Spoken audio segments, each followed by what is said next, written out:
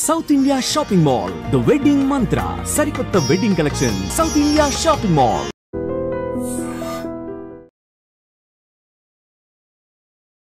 మీకంటూ తగ్గ prominent roles కానీ ఒక రిజిస్టర్ అయ్యే రోల్స్ కానీ పడకపోవడానికి రీజన్ ఏమన్నా? ఏదైనా రోడ్ మీద ఒక పోస్టర్ వాల్ పోస్టర్ ఉందంటే ఆ ఆఫీస్ని ఆ డైరెక్టర్ని ఒక 4 సార్లు కలిసి ఉంటాను.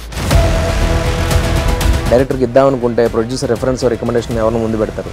ప్రొడ్యూసర్ ఇద్దామనుకుంటే డైరెక్టర్కి తన ఫ్రెండ్ ఎవడో ఉంటాడు. మీరేమన్నా మిస్ చేసుకునేది ఈ మధ్య కాలంలో ఏమన్నా ఉన్నాయా? ఒక యాక్టర్ చేసిన వాటి కంటే పోగొట్టుకోవడం ఎక్కువ ఉంటాయి. తెలుగుతో కంపేర్ చేసుకుంటే తమిళ్లో బిజీ అయిపోవడానికి రీజన్ ఏంటి? ఇక్కడ ఒక మొక్క నాటితే అది ఒక రావి చెట్ల ఒక స్థాయికి వచ్చాం మనం. బట్ మళ్ళీ దానికి నీళ్లు పోసిన నాదుడు లేనప్పుడు ఇది మనం చూడాలనుకునేది చూసాము, ఇంకా సాధించాలని ఒక పొజిషన్కి అనేది వెళ్ళి ఒకసారి కొంచెం గ్రాఫ్ అనేది తగ్గుతుంది. మంట అనేది అప్పటికప్పుడు వెలిగించే మన చేతులతో అగ్గిపుల్లలా ఉండకూడదు. ఫస్ట్ గుండె జారిగలంతేనే మాట్లాడు. దాని తర్వాత ఆ కైండ్ ఆఫ్ రోల్స్ అనేది ఆటోమేటిక్గా వచ్చినా కానీ వదిలిపెట్టేసుకోవడానికి రీజన్ ఏంటి? సాయి కుమార్ గారు పోలీస్ స్టోరీ చేశాక 100 సినిమాలు పోలీస్ కథలు వచ్చేసి అర్జున్ రెడ్డి సినిమాలు అంటే అర్జున్ రెడ్డి వచ్చేస్తే కమలాసన్ గారే రిపీటెడ్గా చేయలేడు. సాగర సంగమమే నాన్ స్టాప్గా భరతనాట్యం క్యారెక్టర్ చేస్తే ఇరిటేషన్ వస్తుంది మనకు. కలేజా మూవీ రీ రిలీజ్ ఒకప్పుడు తీసిన సినిమాలు థియేటర్కి వెళ్తున్నారు, ఇప్పుడు తీస్తున్న కొత్త కొత్త సినిమాలు ఏమో ఓటీటీలో చూస్తున్నారు.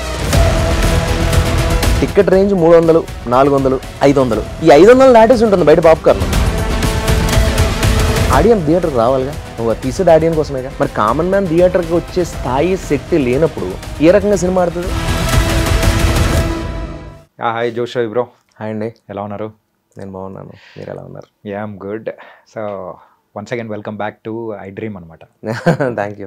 టీఎన్ఆర్ గారితో ఇంటర్వ్యూ అయిన తర్వాత టీఎన్ఆర్ గారి ఇంటర్వ్యూ తర్వాత కూడా 1-2 అంటే ప్రమోషన్స్ ఫ్లోలో జరిగింది అయ్యే టైంలో.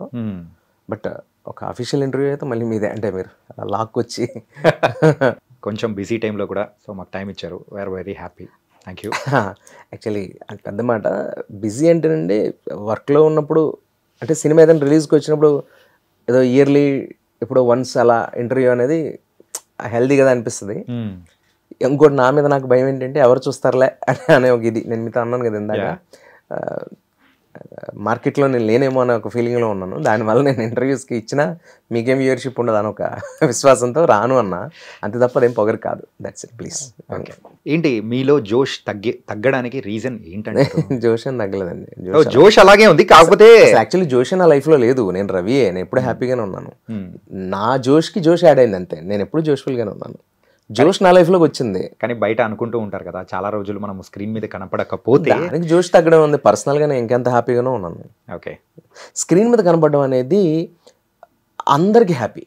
ఓకే, మన లైఫ్లో మనం ఎలా ఉన్నాం అనేది మనకు మాత్రమే తెలుసు. మనం హ్యాపీగా ఉంటే చాలు, అది మన కళ్ళల్లో మన లైఫ్ స్టైల్లో తెలిసిపోతుంది. మీరు ఈ మధ్యకాలంలో కూడా చాలా మూవీస్ అనేది అందులో చేస్తూ ఉన్నారు, అన్నీ వస్తూ ఉన్నాయి. కాకపోతే మీకంటూ తగ్గ ప్రామినెంట్ రోల్స్ కానీ ఒక రిజిస్టర్ అయ్యే రోల్స్ కానీ పడకపోవడానికి రీజన్ ఏమనుకోవచ్చు? అదే అసలు అదేమంటారంటే, ఏదో ఆ మాట గుర్తు రావట్లేదు.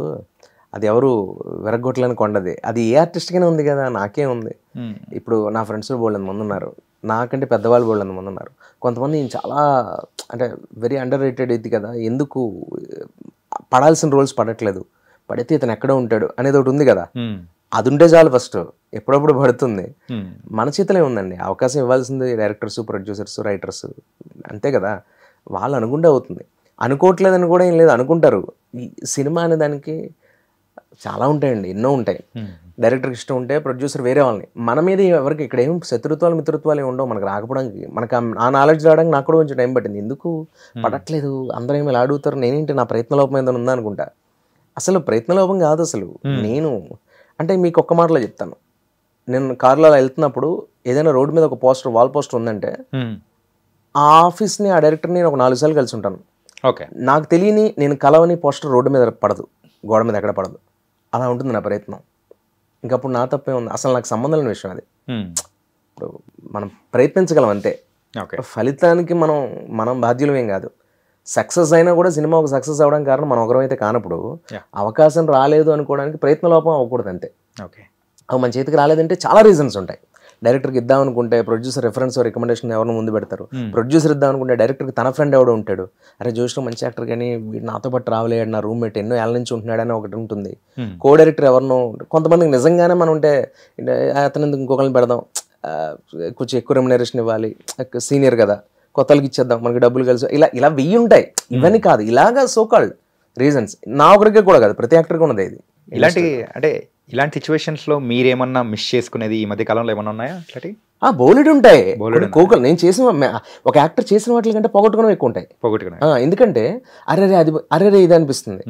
ఈవెన్ రంగస్థలం లాంటి సినిమాల దగ్గర నుంచి ఎన్నో కూడా, నానక ప్రేమతో లాంటి సినిమాలు, ఎస్పెషల్లీ నేను ప్రాణంగా ప్రేమించే డైరెక్టర్స్ తెలుగులో రాజమౌళి గారు, మన సుకుమార్ గారు, ఇలా ఉంటారు కదా, త్రివిక్రమ్ గారు, అనిల్ రావుపూడి గారు, ఇలాంటి వాళ్ళతో పని అక్కడ దాకా వచ్చి పోతుంటుంది అది.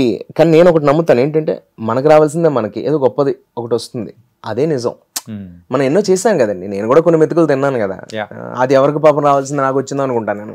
థింక్ పాజిటివ్, అంతే, దట్స్ ఇట్. అంటే ఇవే కాకుండా సో అవకాశాల కోసం మనము వెళ్ళేది ఎందుకు, మనమే ఒక అవకాశం ఇచ్చే ఒక స్టేజ్కి రావాలి అనేది కూడా దానికోసం కూడా ఇప్పుడు తిరుగుతూ ఉన్నారు. ఆ ప్రయత్నాలు ఏవో జరుగుతున్నాయా? ఏం లేదు అంటే అలానే కాదు, మీరు ఇండైరెక్ట్గా ఓకే. యాక్చువల్లీ ఏంటంటే అలా అవకాశాలు మనం ఇద్దాము అనేవి కాదు. నా ఉద్దేశం ఏంటంటే మన దగ్గర ఒక విషయం ఉంది. ఇప్పుడు యాక్టింగ్ సైడ్ నాకు విషయం ఉన్నప్పుడు నేను ఇంత ప్రయత్నించాను కదా, నన్ను నమ్మిన వాళ్ళు ఆ క్రాఫ్ట్లో కూడా, అది రైటింగ్ అవ్వచ్చు, ఇంకోటి అవ్వచ్చు, డైరెక్షన్ అవ్వచ్చు, నన్ను నమ్మిన వాళ్ళు, నాకున్న బలం అంటే ఓహో ఇదా, ఇలా కూడా ట్రై చేస్తాడు ఇది, మనం ఎక్స్పెక్ట్ చేయలేదా అనే క్వాలిటీస్ కొన్ని నాలో ఉన్నవి చాలా మంది తెలుసు ఇండస్ట్రీలో. కొంతమందికి అదే ఇండస్ట్రీలో తెలియని వాళ్ళు ఉన్నారు. ఎవరికో తెలియజెప్పడం కోసం అయితే కాదండి. నేనేంటంటే నా కెరియర్లో ఓకే ఇప్పుడు ఇది ఈ టైంలో మనల్ని నమ్మి నా రైటింగ్ని నమ్మి కొన్ని జరుగుతున్నాయి. ఓకే, నేను అప్పటి నుంచి కూడా రైటింగ్ సైడ్ నుంచి కూడా నేను సబ్ క్రాఫ్ట్ ఉంది నాకు, అటు నుంచి అటు కూడా చేస్తూ. ఓకే, ఎందుకంటే నేను ఎంటర్ అవుతున్నప్పుడే నేను చెప్పాను మీతో, అసిస్టెంట్ డైరెక్టర్గా, అప్రెంటిస్గా, గోస్ట్ రైటర్స్గా పనిచేసిన సినిమాలు ఎన్నో ఉన్నాయి, బిగ్ ప్రాజెక్ట్స్ ఉన్నాయి అప్పట్లో. నేను ఇన్నాళ్ళు ఎందుకు బయట పెట్టలేదు అంటే దానికి ఏం రీజన్ లేదు. ఇప్పుడు ఏదో సినిమాలు లేకో మనం ఏదో ఇంకో దారిలోకి వెళ్ళాలి, ఎవరికో లైఫ్ ఇచ్చేయాలనో ఇంకోటో కాదు. నాకు ఇప్పుడున్న కాంటెంపరీ ఇదిలో కరెంట్ సిచ్యువేషన్స్లో ఈ కథ చెప్పడానికి అరే ఇప్పుడు రారా, ఇప్పుడు చెప్పరా, ఇప్పుడైనా చెప్పరా, ఇప్పటికీ రావారా, ఇలాంటి మాటల వల్ల వస్తున్నాను అనమాట. నువ్వు చేయొచ్చు కదరా, నువ్వు అనుకుంటే అవుతుంది, ఎందుకు మనం ఇంకొకరిని అడగాలి, మనం చేయగలం కదా, మనమే ఇంకొకరికి ఇవ్వచ్చు కదా అనే కాన్ఫిడెన్స్ నా తోటి పక్కన ఉన్న స్నేహితులు, ఫ్యామిలీ చెప్పడం, ఒక రకంగా మా అమ్మగారు ఎంకరేజ్మెంట్ అవ్వచ్చు రాయడం అనేది ఫస్ట్ నుంచి. ఎందుకంటే ఆవిడ హిందీ పండిట్ అవ్వడం, అందరూ మా ఇళ్ళలో అందరూ చదువుకున్న వాళ్ళే, అందరూ గవర్నమెంట్ జాబ్స్ ఎక్కువ, మా మామయ్య గారు సోషల్ మాస్టర్ అవ్వడం, ఓకే, అందరూ దానివల్ల కొంచెం ఇంట్రెస్ట్, రైటింగ్ సైడ్ అనేది ఇంట్రెస్ట్ అనేది కొంచెం, దానివల్ల రాసాం, దాన్ని నమ్మారు, ఎన్నో కథలు వర్క్ చేసాం. బట్ మనం ఏంటో కూడా భగవంతుడు మనకు టైం ఇచ్చినప్పుడు అంతే. రీసెంట్ టైమ్స్లో మీ రైటింగ్ స్కిల్స్ ప్రకారం ఒకసారి అబ్జర్వ్ చేసుకుంటే తమిళ్ మూవీస్ సైడ్ అనేది కూడా మీ వర్క్స్ అనేది కూడా ఎక్కువ నడుస్తున్నాయి కదా, ఏంటి రీజన్? తెలుగు ఇండస్ట్రీ ఏం కాదు బట్ చేస్తున్నానండి, but you are busy with that all the works. తెలుగుతో కంపేర్ చేసుకుంటే తమిళ్లో బిజీ అయిపోవడానికి రీజన్ ఏంటండి? అలా ఏమండి, మనం ఏదో ఇక్కడ ఒక మొక్క నాటితే అది ఒక రావి చెట్ల ఒక స్థాయికి వచ్చాం మనం, ఏదో ఒక లెవెల్లో. బట్ మళ్ళీ దానికి నీళ్ళు పోసిన నాదుడు లేనప్పుడు మనం ఒక చోట ఆగిపోకూడదు కదా. ఇప్పుడు ఇక్కడ మనకు వర్క్ కోసం వచ్చారు మీరు హైదరాబాద్లో ఒక ఆఫీస్లో వర్క్ దొరకలేదు, ఇంకో ఆఫీస్కి వెళ్తారు కదా మీరు, అంతే, దట్స్ ఇట్. అలాగే నేను నా ప్రయత్నంలో నేను తమిళ్లో, నేను కన్నడలో కూడా చేశాను. నేను ఖుషి ఖుషి ఆగి ధ్రువ్ సర్జా ఈ సినిమాలని గోల్డెన్ స్టార్ గణేష్తో పనిచేశాను, చేస్తూనే వచ్చాను కన్నడకి. తమిళ్లో మొట్టశివ గడ్డశివ నుంచి మొదలు 7 సో మెనీ ఫిల్మ్స్. ఇప్పుడు తమిళరామయ్య గారు అబ్బాయి సో మెనీ, ఇప్పుడు దాము గారు, పారంజిత్ గారు వాళ్ళ టీంలో, అండ్ మన ఖుష్బు గారి హస్బెండ్ మన సి సుందర్ గారి దగ్గర అసోసియేట్ గారు ఒక ఆయన. కొన్ని జరుగుతున్నాయి అంటే కొన్ని అఫీషియల్గా వాళ్ళు డేట్స్ మనకు కన్ఫర్మ్ అయ్యాయి, కొన్ని చెప్పచ్చు. But I'm happy Tamil also. అంటే ఒక యాక్టర్కి ఎవరికైనా కానీ ఇన్ని సంవత్సరాల నుంచి ఇండస్ట్రీలో ఉండి అప్పుడు మనం ఒక గోల్డెన్ ఎరా అనేది కూడా మనం చూసింటాం. అంటే మన లైఫ్లోనే ఎక్కడి నుంచి మనం స్టార్ట్ అయ్యాము, అరే ఇది మనం చూడాలనుకునేది అని చూసాము, ఇంకా సాధించాలని ఒక పొజిషన్కి అనేది వెళ్ళాలనే సిచ్యువేషన్స్లో ఒకసారి కొంచెం గ్రాఫ్ అనేది తగ్గుతుంది. మళ్ళీ దాన్ని బీట్ చెయ్యాలి అని చెప్పేసి కసితో పనిచేస్తారు చూసిన. ప్రెసెంట్ ఇప్పుడు మీరు ఆ స్టేజ్లో ఉన్నారా? అదికి మేలే కాకపోతే ఏంటంటే ఒక విస్ఫోటనం చెందడానికి అరవక్కర్లే. ఓకే, నేను ఒకటి రాశాను, అది కూడా నా రైటింగ్ సైడే. ఎప్పుడు కూడా మంట అనేది అప్పటికప్పుడు వెలిగించే మన చేతులతో అగ్గిపుల్లలా ఉండకూడదు. అది వెలిగి ఆ క్షణమే వెలుగుతుంది, ఆ క్షణం ఆ మందున్నంతసేపు ఆరిపోతుంది. అలా కాదు, నేను సముద్రంలో లావాలా ఉండాలి మనిషి ఇప్పుడు కూడా. అంత పెద్ద సముద్రం ఉన్న లోపల రగులుతూ ఉంటాం కదా, అలాంటిది ఒకటి ఉంది నాలో. చూపిస్తానని అంటలేదు నేను, ఓకే, బట్ చేస్తాను ఖచ్చితంగా. సో మేము ఎప్పుడే ఎక్స్పెక్ట్ చేయొచ్చు? అలా ఏం లేదండి, అది ఏమండి, అదే పని మీద తిరుగుతూ సంవత్సరాలు అయిపోయిన వాళ్ళు ఉన్నారు, అదే పని మీద వచ్చి ఫ్లైట్ దగ్గరనే డైరెక్టర్ అయిపోయిన వాళ్ళు ఉన్నారు. అవునా, మనమే చూస్తున్నాం. షార్ట్ ఫిల్మ్స్ తీసి కోట్లల్లో, 100 కోట్లలో సినిమాలు తీసి 1000 కోట్లు కలెక్ట్ చేసి చూపించారు వాళ్ళు. ఇక్కడ ఎక్కడి నుంచి వచ్చావు, ఎలా వచ్చావు అనేది కాదు, టైం వచ్చినప్పుడు నువ్వు అక్కడ ఉండి నువ్వు అనుకున్నది చేసి నిరూపించుకోగలిగావా. ప్రొడ్యూసర్ని సేఫ్ చేయాలండి. నేను ఎప్పుడు రంగంలోకి దిగుతానంటే, ఓకే నేను దాని మీద వర్క్ చేసి రీసెర్చ్ చేసి దీనికి నేను దీన్ని నేను చూపించగలను, చేయగలను, ఇప్పుడున్న టెక్నాలజీస్ అన్ని తెలుసుకుని. మామూలుగానే నాకు బేసిక్గా యాక్టర్స్ అందరికీ లెన్స్ ఏంటి, ఎక్కడ ఉంటున్నాం, ఫ్రేమ్ ఏంటి, మనం ఎవరినో ఓవర్లాప్ చేయకూడదు, ఎక్కడున్న లైట్ తీసుకోవాలి, ఇవన్నీ తెలుసు కదా మాకు. దీని మీద మేము హోంవర్క్ మామూలుగానే మాకు తెలుస్తుంది, లెన్స్ మీద చిన్న అవగాహన ఉంటుంది అన్నట్టు, లేకపోతే ఇంక వాడు యాక్టర్ కాలేడు. కాబట్టి నేను ఆ సెన్స్లో ఎంతవరకు ఇప్పుడున్న కెమెరాస్లో నా బడ్జెట్ని తక్కువ చేసుకుంటూ ఒక మంచి కథను ఎలా చెప్పగలం, ఒక హృదయమైన ఒక భావగత ఉన్న కథను ఎలా చెప్పగలం అన్న దాని మీద వర్క్ చేసి, హోంవర్క్ చేసి, దీనివల్ల ప్రొడ్యూసర్కి ఖచ్చితంగా డబ్బు తిరిగి వస్తుంది అనే నమ్మకం ఏర్పడినప్పుడు నేను మైదానంలోకి దిగుతాను. అంతే. అంతవరకు యాక్టింగ్ ప్రకారమే ముందుకు లైఫ్ టైం నన్ను నమ్మింది యాక్టర్, పబ్లిక్, నేను యాక్టర్ అండి. వాళ్ళ దయ వల్ల, వాళ్ళ భిక్ష వల్ల మనం ఇక్కడ ఉన్నాం ఇప్పుడు. అదే నిజం, అదే నా లైఫ్. ఓకే, అంతే, దట్స్ ఇట్. ఇప్పుడు కాకపోతే ఏంటంటే మనలో ఇంకో కోణం ఉంది. లైక్ కమల్ హాసన్ గారు, రైట్, అసలు కంపారిజన్ కాదు, నాకు ఎగ్జాంపుల్ ఆయనే గుర్తొచ్చారు ఇప్పుడు, కాబట్టి చెప్తున్నా. Is a great actor. ఆయన యాక్టర్నే అంటాం, తర్వాతే కదా ఆయన సింగర్ అంటాం, తర్వాత ఆయన డైరెక్టర్ అంటాం, ప్రొడ్యూసర్ రాజ్ కమల్ ఇంటర్నేషనల్ అన్న ఏదన్నా కూడా అంతే కదా. That's it. ఆయన పాటలు రాస్తారు, మాటలు రాస్తారు, అసలు ఆయన ఏం లేదు. అలాగా మనకు ఇంకోటి ఉంది, ఏమంటే సినిమా చేయాలండి. ఎండ్ ఆఫ్ ది డే సినిమాలో ఏం చేసావు అనేది, సినిమాలో నువ్వు ఏదైనా చెయ్యి, మేకప్ వేస్తావా, ప్రొడక్షన్ చేస్తావా, లేదా ప్రొడక్షన్ డిజైనర్ అవుతావా, ఎగ్జిక్యూటివ్ ప్రొడ్యూసర్ అవుతావా, కాస్ట్యూమ్ డిజైనర్ అవుతావా, నువ్వు దాని మీద ఏం వర్క్ చేసావు, దాని మీద నీకున్న చదువు ఏంటి, దాని మీద నువ్వేం చదువుకున్నావు అనేది. నీకు అర్హత ఉన్నప్పుడు ఎవరు మాట్లాడలేరు, వాళ్ళకి అర్హత ఉండదు అప్పుడు మాట్లాడడానికి. నువ్వు చూపించు, అంతే, దట్స్ ఇట్. ఒకప్పుడు కమెడియన్స్గా స్టార్ట్ అయినా కానీ తర్వాత ఏం చేసినా కానీ ఇండస్ట్రీలోనే ఉండాలి అని అనుకొని, సో అంటే మేము ఇది కూడా చేయగలుగుతామనే ఒక ట్రేడ్ మార్క్ సెట్ చేసిన పర్సన్ నేను ఒకటి చెప్తా, వేణుగారు. అంటే ఆయనలో ఇది కూడా ఉందా అని చెప్పేసి ఎవరైనా ఎక్స్పెక్ట్ చేశారా? ఓ రకంగా ఫస్ట్ అది ఇన్స్పిరేషన్ అండి. Inspiration really bro. అందరికీ ఒక అంటే ప్రేక్షకులు కూడా షాక్ అయిపోయారు, ఏంటి ఇది తీసింది వేణుగారా, వేణు అని చెప్పేసి అలా అన్న సందర్భం. సో ఆ కైండ్ మనం ఎక్స్పెక్ట్ చేయొచ్చా? ఆయన ఏమి కొత్తగా కదండి, అతను మంచి రైటర్. ఆయన బేసికల్గా అంటే ప్రేక్షకులకు అంటే ఆయన మరో రకమైన ఫేస్ అనేది వాళ్ళకి తెలియదు కదా. ఓకే, ఎవరి గురించి తెలియదు, అదే అంటున్నానండి. మనం ఇప్పుడు అదే పోసాని కృష్ణమౌళి గారి దగ్గర త్రివిక్రమ్ గారు ఉండిపోతే మనకి తెలిసేది కాదు ఆయన ఎంత బలమైన మనిషి. కానీ ఆయన వృత్తి అది అవ్వడం, ఆయన దాని మీద అన్ని రకాల కవిత్వ పటుత్వ సంపదలని ఆయన అదొక వేరే, ఆయనది ఒక స్వర్గం, ఆయన ఒక అనర్గలం అన్నట్టు. ఆయన వేరు, ఆయన దుర్గం అంతా వేరు. కాబట్టి ఇతను నటుడు, నేను నటుడిని, వేణు, ధనరాజ్ గారు, వేణన్న, మీ అందరం యాక్టర్స్, నాకంటే సీనియర్స్ వాళ్ళు, పెద్దవాళ్ళు. అండ్ ఇంకోటి ఏంటంటే బై ప్రొఫెషనల్ వైజ్ యాక్టర్గా వాళ్ళ బలాలు అవి, బట్ వాళ్ళ లోపల ఒకడు ఉన్నాడు. ప్రతి ఒక్కరికి లోపల ఇంకొక టాలెంట్ ఉంటుంది. అది ఏ స్థాయిలో ఉందనేది ఇంపార్టెంట్. ఓకే, అది ఏ రేంజ్లో ఉందనేది ఇంపార్టెంట్. అది కుదరాలి. టాలెంట్ అందరిలో ఉంటుంది, కుదరడం అనేది ఇంపార్టెంట్. ఇక్కడ అదే లాజిక్, కుదరాలి. పడాల్సిన మరలో పడాలి మనం. ఓకే, కొన్ని చోట్ల నలిగిపోతాం, లేకపోతే పడాల్సిన మరలో పడితే మనం నలిపేస్తాం. సిచ్యువేషన్ అంతే అది. అలా కుదిరింది అతనికి. చెప్తున్నాను కదా, ఆయన మంచి రైటర్, మంచి మనిషి, వెరీ ఎక్స్ట్రీమ్ టాలెంటెడ్ యాక్టర్గా. ఆయన కొన్ని సెన్సిబిలిటీస్ ఉన్నాయి నాలాగే. మీ అందరం కలిసే కదా రాసుకునే వాళ్ళం, స్కిట్స్ రాసేటప్పుడు కూడా కలిసే రాసేవాళ్ళం. చాలా ఫ్రెండ్లీ ఉంటాడు అతను. ఓకే, వేనన్న కూడా, అండ్ ఈవెన్ ధనరాజు గారు కూడా అంతే. వాళ్ళు అందరూ, ఈవెన్ చాలా మంది వాళ్ళలో కూడా కథలు ఉన్నాయి. కానీ వాళ్ళు ఇప్పుడు తీశారు కాబట్టి ఎలా ఉంటుందంటే, ఒకరు వచ్చారు కాబట్టి మేము, వాళ్ళకంటే ముందు నేను కథలు రాసుకున్నాం ఇవన్నీ. బట్ కానీ అది మనం ఇప్పుడు ఏదో ఎలా ఉంటుందంటే, మనం ఒక పని చేయబోతున్నాం అంటే మన పక్కన ఉన్నవాడు చేసేసారు అనుకోండి, కంపేర్ చేస్తారు. అది సమాజంలో ఉండేది పిచ్చలైట్, అవేం మనం పట్టించుకోకర్లే. ఇప్పుడు ఒక బ్లాక్ ఏదైనా, ఒక డచ్ యాంగిల్ ఒక బ్లాక్ ఏదైనా సెపరేట్ గా పెడితే, ఒక లైట్, ఒక ఆఫ్ లైట్ తీసుకుని రామ్ గోపాల్ వర్మ గారితో కంపేర్ చేస్తారు, అంతే కదా. అది వాడు ఒక స్టైల్ ట్రై చేశాడు, బట్ ఎక్కడ ఒకటి ఇన్స్పిరేషన్ ఆయన ఉండొచ్చు కాక, ఎవరు ఇన్స్పైర్ అవ్వకుండా ఉంటారు ఆయన్ని. అలా కొన్ని జరుగుతుంటాయి. ఫ్లోలో. ఒక అద్భుతమైన డాన్స్ ఎవరైనా చేస్తుంటే చిరంజీవి గారితో కంపేర్ స్టైల్ ఎవరైనా సిగరెట్ భూమి మీద ఎవడ ఎగరేసినా కర్మ కొద్దీ రజనీకాంత్ గారితో కంపేర్ చేస్తారు. ఇంకెవడ ఎగరేయడానికి లేదు, అలా చేసేసాడు ఆయన. అన్ని స్టైల్స్ వాడేసాడు ఆయన. తిప్పేసి కింద నుంచి పెట్టి పైనుంచి గాలిలోంచి ఏదో చేస్తాడు, మ్యాజిక్ చేశాడు ఆయన. ఆయన మ్యూజిషియన్ అన్ని రకాలుగా చేశాడు ఆయన.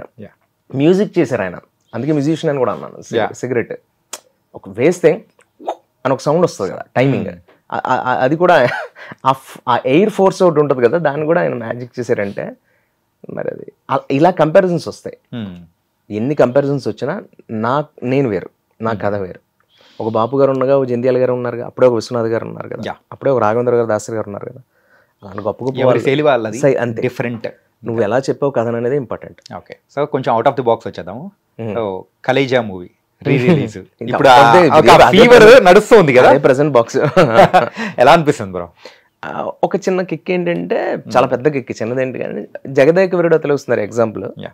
బ్యూటిఫుల్ అదొక ప్రపంచం కదా, మనం అదొక సోషల్ ఫ్యాంటసీలో అదొక మనం అది డ్రీమా నిజమా అనేదాన్ని ఎప్పటికప్పుడు చూసుకుంటూ ఇలాంటి గొప్ప సినిమా ఒకటి తెలుగులో అనేది ఒకటి ఉంటుంది. మనం నిజంగానే అక్కడ స్వర్గం నుంచి దిగి వచ్చిన అతిలోక సుందరి, భూమి మీద ఒక జగదేక వీరుడు, ఏం సింక్ ఇది అన్నట్టు. అలాంటి సినిమా మనం చిన్నప్పుడు చూసిన ఒక ప్రాజెక్ట్ ఇప్పుడు తెలుగులో మళ్ళీ రీ-రిలీజ్ అవుతుంటే మనకి, అప్పుడు మనం పుట్టలేదు, పుట్టినా కూడా కొంత ఊహ తెలియదు కొంతమందికి మనకి. అలాంటిది నేను అదే మూవీకి నా మదర్ని తీసుకెళ్ళా థియేటర్కి, రీ-రిలీజ్కి. ఇది జగదేక వీరుడు తీసుకెళ్ళా. అంటే కుదిరింది అలా, ఒక వర్క్ మీద అంటే పని కట్టుకుని ఆవిడ ఇది మీద ఏదో వెళ్ళాలని ఆ రోజు అనుకోలే, బట్ మనసులో ఉంది.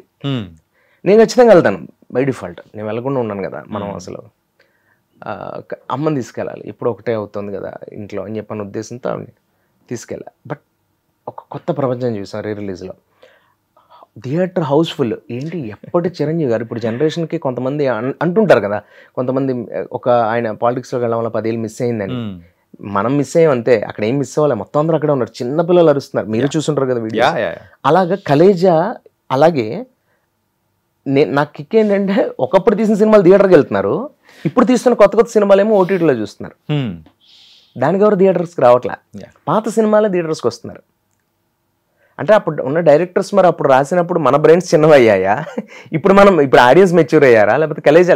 అఫ్కోర్స్ కలేజా అంతే కదా మరి, ఆరెంజ్ ఇట్లా కొన్ని ఉన్నాయి కదా. జోష్ గురించి కూడా కొంత ఉంది. నేను జోష్ వింత, అదేంటి ఫ్లాప్ అంటారు కదా, దీనికి కూడా కల్ట్ ఫ్యాన్స్ ఉన్నారా? జోష్ గురించి నాగ చైతన్య గారిని, హీరో గారినే, జోష్ కంటే ఒక సెపరేట్ ఒక ఫ్యాన్స్ ఏమో అని నాకు తెలియదు. నాకైతే జోష్ లో అంత కిక్కే ఉందనేది నిజంగా నాకు తెలియదు. నేను కెమెరా ముందు చెప్తాను ఎందుకంటే ఒక గుడ్ కంటెంట్, అది నాట్ ఏదో నేను బ్యాడ్ ఫిల్మ్ కాదు, చాలా గుడ్ కంటెంట్, గుడ్ పాయింట్, అది హెల్దీగా తీసాం అప్పుడు ఆ టైంలో మా డైరెక్టర్ గారు. అది రీచ్ అవ్వలే, దానికి చాలా రీజన్స్ ఉన్నాయి. సినిమా రిలీజ్ రోజు వైఎస్ఆర్ గారు చనిపోవడం, అవి అదొక మూడ్. పెద్ద నాయకుడు చనిపోతే థియేటర్కి వచ్చి విజిల్ వేసే మూడు, తర్వాత 3 రోజుల తర్వాత 3 days బంద్, రిలీజ్ రోజే ఆయన చనిపోవడం. దానివల్ల ఈ రీ-రిలీజ్ ఇవి చూస్తుంటే ఇప్పుడు అనిపిస్తుంది, కలేజా ఏంటిది అసలు ఒక గుడి టెంపుల్లా చేసి అలా కిక్, అసలు మామూలు క్రేజీ.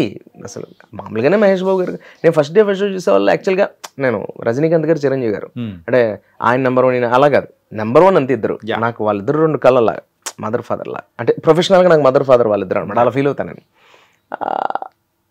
మళ్ళీ ఎవరు మదర్ ఎవరు ఫాదర్ అనుకోండి అంటే అంతే. బట్ కాకపోతే ఏంటంటే, అలా మహేష్ బాబు గారిది first day first show flow చూసిన అలవాటు ఉంది నాకు. దాని మీద స్పైడర్ టైంలో నేను టీఎన్ఆర్ గారు ఇదే ఛానల్లో చాలా బ్యూటిఫుల్ ఇంటర్వ్యూ, అది చాలా ఒక బ్యూటిఫుల్ పాయింట్స్ అప్పుడు. అలా నేనేమంటున్నానంటే, ఒక రీ-రిలీజ్కి కిక్ ఇప్పుడు ఏమిస్తుందో తెలుసా అండి. అప్పుడు మనం సినిమా 25 రోజులు 30 రోజులు ఫినిష్ చేస్తే, ఈవెన్ దానవీర సూరకర్ణ లాంటి సినిమాలు కూడా, ఎన్టీ రామారావు గారు లాంటి వ్యక్తి డైరెక్ట్ చేసిన సినిమాలు కూడా కొన్ని 40 రోజులు 25 రోజులు డైరెక్ట్ చేసేవారు. ఏవి అలాంటి సినిమాలు, మైథాలజీ లాంటి ఫిల్మ్స్, అలాంటి డైలాగ్ నోరు కూడా తిరగదు ఇప్పుడున్న హీరోలకి. అలాంటి నందమూరి తారక రామారావు గారు పెద్ద ఆయన అంత కథలు చేసేస్తే 2 సంవత్సరాలు నిలబెట్టి 365 days హ్యాండ్ రోల్ ఉన్నాయి, 2 years హ్యాండ్ సినిమాలు ఉన్నాయి, దానవీర సూరకర్ణ లాంటి సినిమాలు. మరి ఇప్పుడు మనం 2 సంవత్సరాల సినిమా తీస్తుంటే 1 వారం రోజులు ఆడుతుంది సినిమా. మరి అంటే మారింది అది. ఇప్పుడు ఎక్కడ అంటే ఇప్పుడు మారిందంటే ఏం మారిందని, టూరింగ్ డాగ్స్ నుంచి సింగిల్ స్క్రీన్కి వచ్చాం, ఒప్పుకుంటారు కదా మీరు? అవును. సింగిల్ స్క్రీన్స్ నుంచి మనం మల్టీప్లెక్స్కి వెళ్తున్నాం, మారిందిగా. రంగస్థలం నుంచి, రేడియో నుంచి, సీడీ నుంచి, డివిడీ నుంచి, టీవీ నుంచి, చివరికి థియేటర్ని తీసుకొచ్చి ఇంట్లో పెట్టుకున్నాం ఓటీటీ రూపంలో. ఇంకా రెచ్చిపోయిన వాళ్ళు ఐబొమ్మల మూవీ రూల్స్ లో అద్భుతాలు చేస్తున్నారు. అసలు థియేటర్ అనేది మనకు వద్దనుకుని డబ్బంతా తీసుకెళ్లి టీవీకి పెడుతున్నారు అంతా కొంతమంది. అంటే మెంటల్ గా వాళ్ళు ఎక్కడ చిరాకు పడ్డారంటేనండి, అది మనలో అంటే ఇండస్ట్రీ దాని కాదు, ఇది చాలా పెద్ద సబ్జెక్ట్. బట్ కానీ ఏమంటుందంటే థియేటర్ని టికెట్ కంటే పాప్కార్న్ ఎక్కువ డామినేట్ చేస్తుంది, థమ్స్ అప్ డామినేట్ చేస్తుంది. ఒక ఫ్యామిలీ ఒక నెలకి 10,000-15,000 సంపాదించి ఒక సాదాసీదా కామన్ ఆడియనే కదా మనకి టికెట్స్ తగ్గొట్టేది ఎక్కువ. ఇప్పుడు చిరంజీవి గారు, రజనీకాంత్ గారు, ఇవన్నీ మనం చూసిన రోజుల్లో అలాంటి వాళ్ళు ఎక్కువ రావడం వల్ల రిపీటెడ్గా మాస్ థియేటర్స్లో ముఖ్యంగా ఆ బీసీ కౌంటర్ ఆ ఫుట్ ఫాల్స్ అనేది ఎక్కువ ఉండేది రిపీటెడ్గా కూడా. ఎందుకు ఉండేది? టికెట్ వాళ్ళకి అందుబాటులో ఉండేది. రైట్. పాప్కార్న్ కొనుక్కున్నా, ఒక థమ్స్అప్ కొనుక్కున్నా వాళ్ళకి అందుబాటులో ఉండేది. ఒక సమోసా తిన్నా కూడా వాళ్ళు భోజనం చేయకుండా సినిమా కోసం పడి చచ్చిపోయేవాళ్ళు రిపీటెడ్గా. చిరంజీవి గారి సినిమా ఒక 10 సార్లు చూసేసిన వాళ్ళు ఉన్నారు, రోజు థియేటర్కి వచ్చే వాళ్ళు ఉన్నారు. ఇలా హీరోలకి ఒక లెగసీ ఉంది. ఇప్పుడున్న హీరోలకి, ఇప్పుడున్న ఇండస్ట్రీకి ప్రాబ్లం ఏంటంటే అది ఎవరు చేసింది కదా, కాలమానం ప్రకారం మారింది. అది ఎవరిని తప్పుపడడానికి లేదు. కానీ ఇక్కడ ప్రాబ్లం అయితే ఒకటైతే తీసుకోవాల్సిన సీరియస్ డెసిషన్ ఏంటంటే, అది ఎవరైనా కానీ, నేను ఒక ఆడియన్ పాయింట్ ఆఫ్ వ్యూలో మాట్లాడుతుంది. మనకి ఆడియన్ దేవుడు అయినప్పుడు, ఆడియన్ థియేటర్కి రావాలనుకున్నప్పుడు, మనం తీసిన సినిమా ఎన్ని కోట్లు పెట్టు, నువ్వు 100 కోట్లు పెట్టు, 1000 కోట్లు పెట్టు, 1,00,000 కోట్లు పెట్టు, నువ్వు 2 కోట్లలోనే సినిమా తీ, 1-2 కోట్లలోనే ఆడియన్ థియేటర్కి రావాలిగా. నువ్వు తీసేది ఆడియన్ కోసమేగా. మరి కామన్ మ్యాన్ థియేటర్కి వచ్చే స్థాయి శక్తి లేనప్పుడు ఏ రకంగా సినిమా ఆడుతుంది? టికెట్ రేంజ్ 300, 400, 500 ఇలా పెట్టుకోం. ఈ 500 దాటేసి ఉంటుంది బయట పాప్కార్న్. వాడు ఒక థియేటర్ టికెట్, ఒక మనిషి 400, 300 పెట్టి టికెట్ పెట్టి కొనుక్కుని థియేటర్కి వచ్చిన వాడు, వాళ్ళ పిల్లలు ఎవరు ఏం ఆడకుండా ఉంటారా, థమ్స్అప్ ఆడకుండా ఉంటాడా? వాడు రాక వాడు ఒక్కసారి మల్టీప్లెక్స్కి వస్తాడు. వాడి జీతం మొత్తం సర్వనాశనం. వాడు ఏమనుకుంటాడు, ఉద్దరాన్ని సినిమా ఓటీటీకి వెళ్దాం, ఇంట్లో చూద్దాం, థియేటర్లో వాళ్ళని కొట్టి తిట్టైనా సరే పిల్లల్ని సినిమాని నెమ్మదిగా అలా అది ఎంత పెయిన్ అంటే, ఇది చెప్పుకునేటప్పుడు మనం మామూలుగా చెప్తున్నాము కానీ నవ్వుతూ, నాకైతే పెయిన్. ఎందుకంటే థియేటర్ రైస్ మిల్ అవుతుంది, థియేటర్ కళ్యాణ మండపం అవుతుంది. ఓ రకంగా అక్కడ ఒక శ్మశానమే. నా దృష్టిలో అయితే అది ఒక చావే. థియేటర్ లేకపోవడం అనేది ఆ భూమి మీద. నేను ఒకప్పుడు ప్రేమికుల రోజు చూసిన సినిమా, ఒకప్పుడు ఇట్లు శ్రావణ సుబ్రహ్మణ్యం చూసిన సినిమా, తాళని ఒక సినిమా నా ఊర్లో SRA డాగీస్ అని ఉండేది లేదు, నా ఊర్లో జే డాగీస్ అని ఉండేది లేదు. నేను చూసిన పాలకొల్లు తనుకున్న చుట్టుపక్కల గోదావరి జిల్లాలో థియేటర్స్ అలా కనబడుతున్న కంటి ముందు అలా చిన్నగా అయిపోయాయి. అది కళ్యాణ మండపం అవుతుంది. నా దృష్టిలో అది అసలు నాకు అది అపవిత్రం ఫీల్ అవుతాను నేను. నాకు అంటే అంత పెయిన్ అంటే. కానీ ఇక్కడ ఒక లాజిక్ ఏంటంటే, డబ్బు రానప్పుడు నువ్వు వాడంతే థియేటర్ పెట్టాను నేను. కానీ ఇప్పటికీ ప్యాషన్తో థియేటర్ని ఎవడూ రాకపోయినా అలా నిలబెట్టి ఆడిస్తున్న వాళ్ళు ఉన్నారు. అది నిజంగా మనకి ప్యాషన్ అవ్వచ్చు, నాకు అనిపిస్తుంటుంది. అది మన ఎమోషన్ ఓకే. బట్ వాడికి అది రక్తం, అది వాడు బ్లడ్ అండ్ స్వెట్ పెట్టి పని చేస్తున్నాడు కదా. రెంట్స్ కూడా రావట్లే కదా. ఎందుకు రావట్లే? మనం తీసే సినిమాలు పాన్ ఇండియాకి వెళ్ళిపోయాయి, బడ్జెట్లు పెరిగిపోయి కోట్లలో వచ్చేస్తున్నాయి, స్టార్స్ అయిపోయాం మనం. మొత్తం ప్రపంచం మొత్తానికి తెలుగు ఇండస్ట్రీ గొప్పది అయిపోయింది. గ్రేట్. మనం గర్వపడాల్సిన విషయం. మనకు ఆస్కార్ అవార్డ్స్ వచ్చాయి. బట్ థియేటర్స్ సింగిల్ స్క్రీన్స్ లేనప్పుడు అన్ని మల్టీప్లెక్స్లు అయిపోతే, మన ఆ మల్టీప్లెక్స్లో అయినా కామన్ ఆడియన్ వెళ్ళలేకపోతే, సార్ సాధారణమైన ఆడియన్, సాధారణమైన పదం వాడింది ఏంటంటే, తన పని తను చేసుకుంటూ సినిమా, అతనే మేజర్. మనకి మిడిల్ క్లాస్ వాళ్ళు లేకపోతే గవర్నమెంటే లేదు. అలాంటప్పుడు ఒక కామన్ మ్యాన్ లేకపోతే సినిమా ఎక్కడ ఉంటుంది? ఏ క్లాస్ పర్సన్ ఎవ్రీ టైం రాడు, వచ్చి స్టైల్గా కూర్చుని వాడు బాగా బలిసి కొట్టుకుని ఒక పాప్కార్న్ బకెట్ తిని వెళ్ళిపోతాడు, వాడు మళ్ళీ రాడాడు. బట్ రిపీట్ వచ్చే ఆడియన్ కామన్ మ్యాన్. 25,000, 20,000 శాలరీ కూడా వస్తాడు. మనం అనుకుంటాం కానీ బీసీ ఆడియన్సే రిపీటెడ్ గా వస్తుంటారు. కలెక్షన్స్ కూడా అక్కడి నుంచి. అసలు వాళ్ళని బీసీ వాళ్ళ ఏ క్లాస్ అని, వాళ్ళని తిన్నది వాళ్ళ వల్ల. కామన్ మ్యాన్ లేకపోతే సినిమా లేదు. కామన్ మ్యాన్ థియేటర్కి రావట్లేదు, దాని తప్పు మందే. అది ఎవరిదనడానికి మనకు అర్హత లేదు, నా స్థాయి కాదు అది. బట్ ఇది ఒక పెయిన్. నేను కామన్ మ్యాన్ లా మాట్లాడుతున్నాను. కానీ ఇలాంటివన్నీ ఒకసారి అబ్జర్వ్ చేస్తుంటే, యాజ్ ఎ ఫిలిం మేకర్గా కానీ, యాక్టింగ్ చేస్తున్న పర్సన్గా కానీ, అరే ఎక్కడికి వెళ్తున్నాం రా బాబు అని చెప్పేసి అనిపించిన సందర్భము, బాధపడిన సందర్భం. ఫస్ట్ ఆఫ్ ఆల్ 70 మనం ప్రేమించి వస్తాం కదండి. మనం ఒక గోల్డెన్ పీరియడ్లో మొదలు పెట్టాం కెరియర్. అంటే 20 ఏళ్ల క్రితం, 2005, 2006 అంటే 2003 అనుకుంటాం. 2003 అంటే 2003, 2004 నేను చెన్నై డైరెక్ట్ నేను ఎంటర్ అయింది చెన్నైకి. చెన్నైలో ఉన్నాను 2005 వరకు. 2005 మిడ్లో ఎప్పుడు వచ్చాను. స్ట్రగుల్లో ఒక విచిత్రం, తేజ గారిది, పౌరుడు, ఇలా చేసుకుంటూ వెళ్ళా. మళ్ళీ 2-3 ఏళ్ళు సినిమాలు తిరగడం, స్ట్రగుల్, ఎవరో నమ్మట్లే, డైలాగ్ ఇవ్వట్లే. అంతవరకు డైలాగ్ ఏం కాదు. అది మగధీర 2009 డైలాగ్ చెప్పింది. అందులో ఒక 50% కట్ అయిపోయి 50% ఉంది. అయినప్పటికీ ఏదో చిన్న డైలాగ్. అది ఫస్ట్ ఫిల్మే నేను డైలాగ్ చెప్పింది మగధీర. ఇమీడియట్గా కొన్ని నెలల్లో అదే ఇయర్ 2009 జోష్ మీ లైఫ్ టైం అంటే జోష్ నిలబడలేదు, flop film, but good film. అది అలా ఉండిపోయింది. జోష్ రవి వెనక ముందు ఏం లేదు, అలా అలా జోష్ రవి అయింది. సరే అది అందరికీ తెలిసిన విషయం. ఆ అబ్బాయి జోష్లో రవి అలా వాళ్ళే పెట్టేసుకున్నారు. దేవుడు మనకు అలా ఇచ్చాడేమో, అది అలా కంటిన్యూ అయింది. సరే రవి జోష్ అలా వెళ్ళిపోయింది. ఇంకా అలా ఫ్లోలో సినిమాలు చేస్తున్నప్పుడు మనం అప్పుడు వచ్చినప్పుడు సినిమా 70mm స్క్రీన్, మన పోస్టర్, మనం థియేటర్లో కనబడుతున్నాం, అరే నీ అలా అలా ఉండేది. ఇప్పుడు 70mm ఓటీటీలో వస్తున్నాయి, మనం చేసింది మనమే టీవీలో చూసుకుని కిక్ లేకుండా వాడు ఇంట్లో వాడు వంటలు వండుకుంటే అటు నుంచి వెళ్తూ సగం సీన్ మిస్ అయ్యి థియేటర్లో లైట్స్ ఆఫ్ చేసి నువ్వు టికెట్ కొనుక్కుని డబ్బుకు నువ్వు దాని మీద ప్రత్యేకంగా చూసి ఫోనే లేని టైంలో సినిమాని ఎంజాయ్ చేసిన రోజులకి ఇప్పుడు ఏదైనా సీన్ వస్తే ఫోన్ తీసి మళ్ళీ ఇలా పెట్టాలి, ఇలా ఫోన్ తీసి ఇలా మహేష్ బాబు వచ్చింది, చిరంజీవి గారు వచ్చారు, నాన్న వచ్చారు, ఐశ్వర్య వచ్చింది, తమన్ వచ్చింది, ప్రతి ఒక్కరిని జూమ్ చేసి ఫోటోలు తీసి మనం ఫేస్బుక్లో పెట్టి ఏం కొత్తగా డైరెక్టర్ కూడా అంత గర్వంగా ఫీల్ అవ్వట్లేదు అంత గొప్ప సినిమా తీసి. వీళ్ళు తీసిన సినిమాని ఫోన్లో తీసి దాన్ని ఫేస్బుక్లో ట్విట్టర్స్లో పెట్టి ఏదో ఘనత సాధించామన్నట్టుగా సినిమాని రిలీజ్ రోజు పెట్టడం బాగా ఎంజాయ్ చేయడం ఓకే. నేను రిలీజెస్ గురించి మాట్లాడలే. రిలీజ్ రోజు ఫస్ట్ డే ఫస్ట్ షో కలెక్షన్స్లో కథని నువ్వే ఫ్యాన్ అయ్యి ఉండి నువ్వే సోషల్ మీడియాలో పెట్టేస్తే నీ హీరో సినిమా ఎలా బతుకుతుంది? నీ హీరో ఇంట్రడక్షన్ నువ్వు పెట్టేస్తే ఎలా? అరే ఇంద్రాలో చిరంజీవి వచ్చాడరా అని మనం ఒకప్పుడు చిన్నప్పుడు అనుకున్నాం కదా. అంటే అప్పుడు మనం అప్పుడు అలా మనం చెప్పినప్పుడు అటు పక్క ఫ్రెండ్ అరే నాకు ఎగ్జామ్ వాళ్ళు వెళ్ళలేకపోయిన రా, ఆడి ఇంట్లో ఏదో కంగారు పడి మళ్ళీ నేను తీసుకెళ్తా రా అలా సినిమాలకు వెళ్ళిన రోజులు కదా. సార్ విన్నప్పుడు ఉన్నంత సుఖం, విన్నప్పుడు ఉన్నంత ఎక్స్పెక్టేషన్, మన రీచ్ ఆల్రెడీ కనబడిపోతుంటే, అది పేతాస్గా కనబడిపోతుంటే, సగం సగం ఈ గోళ మధ్యలో కనబడిపోతుంటే ఎంజాయ్ చేయడం గురించి కాదు, ఎవరైనా ఎంజాయ్ చేస్తారు. ఒక టైటిల్ తీ, నువ్వు ఎంజాయ్ చేస్తావు. ఇప్పుడు మారింది కాబట్టి కాలం ప్రకారం, దాన్ని పెట్టు బ్యూటిఫుల్ ఫిల్మ్ ఇలా ఇలా ఇలా ఉందని నువ్వు కథ చెప్పేస్తే రివ్యూ రైటర్స్ సగం చెడగొట్టి కథ మొత్తం నాహేస్తున్నారు కొంతమంది. నేను అందరినీ కాదు, మొత్తం కథ ట్విస్టులు చెప్పేసి అలా ఉన్నాయి. నువ్వు సినిమా తీసి పెట్టేస్తే ఫ్యాన్ అయ్యండి, సినిమా ఫ్యాన్ అయ్యండి, పైగా నీకు మహేష్ బాబు గారు ఇష్టం, రిలీజ్ రోజు ఆయన సినిమా అంతా నువ్వు ఎగ్జైట్మెంట్లో తీస్తున్నావు. తెలియక చేసే పనుల వల్ల మన హీరో సినిమా అట్లే మన సినిమా, మన తెలుగు ఇండస్ట్రీ సినిమా కదా, అది వెళ్ళిపోవట్లేదా? ఇప్పటికే పైరసీలకు బాధపడుతున్నాం. ఆడిన పైరసీ చేస్తే ఎట్లా, మళ్ళీ అదొక ఇబ్బంది కదా. మన ట్విట్టర్స్లోను చిన్న చిన్న షార్ట్స్ పెట్టేసి ఇన్స్టాగ్రామ్లో పెట్టేసి రిలీజ్ సినిమాకి చేయకండి అంటున్నాను నేను. అట్లీస్ట్ దాన్ని ఒక వారం రోజులు బతకనివ్వండి, వారం రోజులు ఫోన్స్ మీరు సినిమా చూసినప్పుడు మీరు అయినా ఫోన్ స్విచ్ ఆఫ్ చేసి కదా సినిమాని ఎంజాయ్ చేయాలి.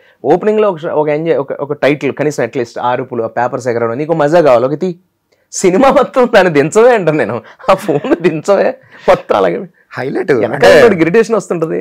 ఖచ్చితంగా ఆ టైటిల్ ఏదైనా ఎలివేషన్ ఏదైనా పడుతుందంటే సర్రని ఇట్లా లేస్తాయి. అంటే ఇప్పుడు నేను రజనీకాంత్ గారి సినిమాకి వెళ్ళా, సూపర్ స్టార్ అలా వచ్చింది అనుకో, నేను పిచ్చెక్కిపోతుంటది. అలా వస్తుంది, అలా పెడతాం మనం అలా, అది కిక్ ఓకే అయిపోయింది. నేను మళ్ళా ఇంకా ఆయన వచ్చి ఆయన మాట్లాడి అవి నేను చూడాలి కదా, నేను ఎవరికో చెప్పుకోవడం, నేను నా టికెట్ డబ్బులు కొనుక్కుని నేను సినిమా చూడాలి కదా. That's what I'm saying. అంటే మీ కెరియర్లో హైలైట్స్ ఒకసారి అబ్జర్వ్ చేసుకుంటుంటే గుండెజారి ఎందుకులే బ్రో, అంటే మీరు ఇంకా నేను చేసింది మనకు ఎప్పుడు నాకేం కిక్ వచ్చే పని నాకు పర్సనల్ గా ఏమనిపించలే. నాకు ఆనందం ఇచ్చింది. నేను నా బలాలు నేను చూపించుకున్నది ఏం రాలే ఇప్పటి వరకు లేదు.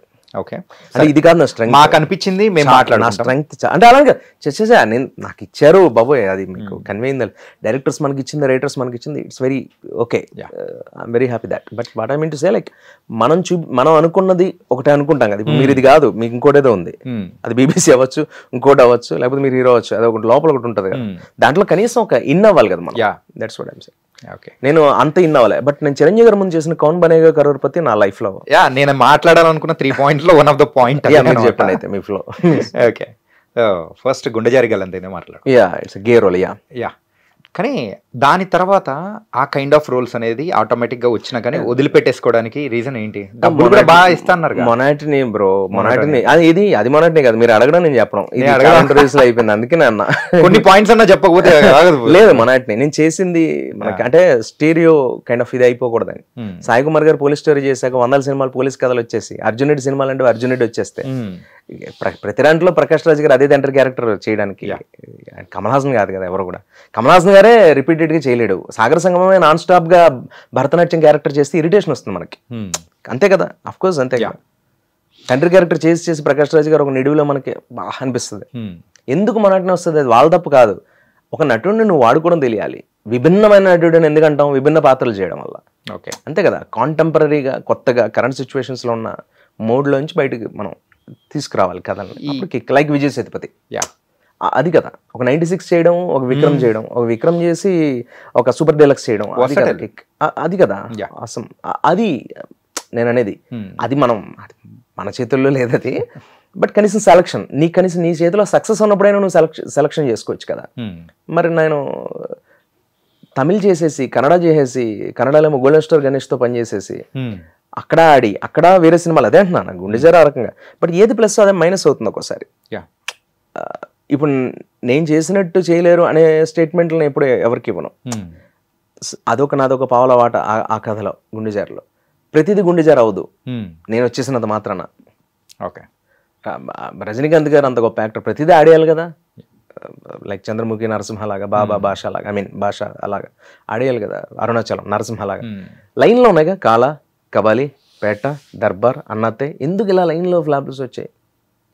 అసలు వాళ్ళ కాలిగుడికి కూడా పనికిరాం మనం. ఎందుకు వచ్చాయి? వాళ్ళకే తప్పలేదంటే మొనాటిని ఏదో కొత్తది కోరుకుంటున్నారు. నీ నుంచి స్టైల్ ఎక్స్పెక్ట్ చేస్తున్నారు. అప్పుడు వచ్చింది జైలర్. పడాల్సిందే, వాళ్ళకి కావాల్సింది అది. మనకు తెలియదు ఆ టైంలో. ఎంతో మంది గొప్ప లెజెండరీ డైరెక్టర్స్ ఇప్పుడు ఎందుకు హిట్స్ ఇవ్వలేకపోతున్నారు? కొంతమంది మిడ్లో ఉన్న డైరెక్టర్స్ కూడా ఉన్నారు, నేను పేర్లు చెప్పను కానీ ట్రెమెండస్ డైరెక్టర్స్. మనకు శంకర్ గారిని ఎగ్జాంపుల్ చెప్పుకుందాం. ఆయన అయితే ఆఫ్ కోర్స్ చెప్పచ్చు, పర్వాలేదు. ఎందుకు హిట్ రావట్లేదంటే ఎక్కడో ఆడియన్ మైండ్ సెట్ని వాళ్ళు ఆ హుక్ చేసిన పాయింట్ ఎక్కడో మిస్ మ్యాచ్ అయింది. ఆ రైటర్స్ వాళ్ళ తాలూకా బలాలు, ఆ కథ ఎక్కడో వాళ్ళని ఎంటర్టైన్ చేయడానికి చాలా ఓవర్ ఎక్స్పెక్టేషన్స్లో ఉంటాం శంకర్ సినిమా అంటే. ఆయన అక్కడ లేడు ఇప్పుడు, అది సమస్య. సో ఆ జనరేషన్ చేంజ్ అనేది కూడా అక్కడ మిస్సింగ్. జనరేషన్ చేంజ్ అయిపోయేంత పెద్దవాళ్ళు కూడా అవ్వలేదు వాళ్ళు, అది నా బాధ. నాకు ఇళయరాజా గారు ఇచ్చిన తృప్తి ఏఆర్ రెహమాన్ గారు ఇస్తుండగా హాఫ్ వేలో మాయమైపోయాడు ఆయన. అనిరుద్ధ్ వచ్చాడు. ఓకే, ఏఆర్ రెహమాన్ వాడని ఏఆర్ రెహమాన్, ఏం రోజా, ఏం బాంబే మనం చూసిన కథలు ఇప్పుడు ఎందుకు రావట్లే ఏఆర్ రెహమాన్ గారికి? ఉన్నాయి ఏవో అరాకొరా, బట్ కానీ ప్రేమికుడు, జెంటిల్మెన్, మనం ఒక ఫ్లో, ఒక చూసాం కదా దిల్జిత్ సింగ్, లైక్ రంగదే బసంతి, అది కదా. మనం జై హో అని అనుకున్నా కూడా స్లమ్ డాగ్ మిలియనర్ లాగా ఆ కిక్ ఎక్కడో మిస్ అవుతుంది. అది కదా లైన్లో పడట్లే కదా, టప ఉన్నాయి కదా. ఇప్పుడు దేవశ్రీ ప్రసాద్ గారికి, అనిరుద్ధ్ గారికి కూడా పడుతుంది. ఏఆర్ రెహమాన్ గారు ఏంటి సార్ మీరు అని అరవాలనిపిస్తుంది ఒకసారి. అట్లా రెహమాన్ అనేది మనకు ఒక స్కై కదా అతను. మన జీవితంలో ఇళయరాజా ఉంటే ఆ మోడ్, ఆ వైబ్ ఉండాలి. ఆ వైబ్ ఎక్కడో మిస్ అవుతుంది. ఇంత పెద్దవాళ్ళు ఎందుకు చెప్పానంటే ఆఫ్టర్ ఆల్ నేను అంత అని చెప్పడం కోసం. గుండె జారి అనేది మనం చేస్తే ఆడింది కాదు, అదో గొప్ప కదా. అందులో మనం రావాల్సిన టైంలో వచ్చాం. ప్రతిసారి చేస్తే విజిలేసి ఆడియన్ కూడా ఇరిటేషన్ వస్తుంది, ఎప్పుడు ఇదే చేస్తున్నాడు అని. కొత్తగా ఏదైనా చేయాలి. మనం సైలెంట్గా ఉన్నాం, మన ఇంటికి వచ్చి తలుపు కొట్టి ఏంటి మీరు ఏం సినిమా చేయట్లేదని అడిగేవాడు ఎవ్వలేడు ఇప్పుడు. చేసుకుంటున్నాడు కదా. మరి అలాంటప్పుడు మనం చేసే కథ కరెక్ట్గా చేసాం అనుకోండి, వచ్చి తలుపు కొట్టి ఫుడ్ అడుగుతారు. సెకండ్ వన్ వచ్చి మీకు ఇండస్ట్రీలో 2 కళ్ళ లాంటి వాళ్ళలో ఒకరు చిరంజీవి గారు, ఇంకొకరు రజనీకాంత్ గారు. ఓకే, రజనీకాంత్ గారిని ఎప్పుడైనా మీట్? అదేదో నేను ఉదాహరణకి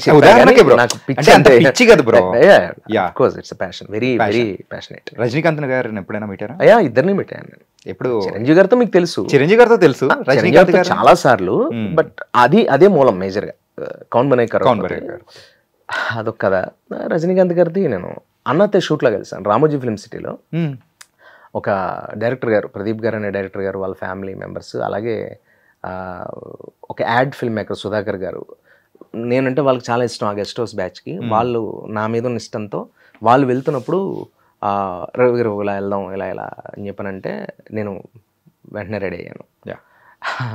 ఒక ప్రాజెక్ట్ ఉంటే కూడా వదులుకున్నప్పుడు వెళ్ళిపోయాను. ఫస్ట్ టైం అంటే సినిమా వదిలేయడం కాదు, బట్ నా ప్రాజెక్ట్ ముందే చెప్పాను. నా లైఫ్లో అసలు నేను రజనీకాంత్ గారిని చూడలేదు అంతవరకు చూడలేదు. అంటే చూడాలని ప్రయత్నం కూడా నేనేమి ఎప్పుడు కూడా, మనకి ఎక్కువ ఎవరైతే ఇష్టం ఉంటారో వాళ్ళకి దూరంగా ఉంటేనే మంచిది. రావాల్సిన టైం వస్తుంది. ఎందుకంటే అది వాళ్ళకు కూడా నేను ఎప్పుడు కూడా ఎగ్జాంపుల్ చిరంజీవి గారితో తీసుకుంటే, మన దగ్గర ఉన్న దేవుడు వేరే కూడా చాలా ఛాన్సెస్ వచ్చినా నేను ఎప్పుడు నా పక్క నుంచి ఆయన వెళ్ళిపోతున్నా, ఇలా టపక్కన అలా వెళ్ళిపోతుంటే, ఒక ప్రేమించిన అమ్మాయి గురించి అలా హార్ట్ అలా ఒక బబుల్ అవుతుంటుంది కదా, అట్లాంటి బీట్ వచ్చినా కూడా చిరంజీవి గారు అలా వెళ్ళిపోతుంటే నేను దగ్గరికి. ఎందుకంటే అవునమ్మా అని నా వల్ల కాదు అది నేను తీసుకెళ్ళాను. కాసేపు నాతో నిలబడి మాట్లాడాలి, లేకపోతే చచ్చిపోతాను నేను. అలాంటిది లోపల ఉంది నాకు. నేను ఫ్రెండ్స్ అందరూ చిరంజీవి గారు అలా వెళ్తుంటే నా వంక చూస్తారు, నా బ్యాచ్ అంతా, నా ఫ్రెండ్స్ కానీ గర్ల్స్ కానీ, బ్యాచ్ మా బ్యాచ్ అంతా, మా సిఏ బ్యాచ్ కానీ, లేకపోతే కాలేజెస్లో కానీ, ఇప్పుడు ఇక్కడున్న డైరెక్షన్ డిపార్ట్మెంట్లో కానీ. ఇప్పటికీ గుర్తు రవిరాజ బెన్సెట్ గారు అబ్బాయి మ్యారేజ్ అప్పుడెప్పుడో, వచ్చిన కొత్త ఆది గారి బ్రదర్ అనుకుంటా మ్యారేజ్. Okay okay. చిరంజీవి గారు వచ్చారు.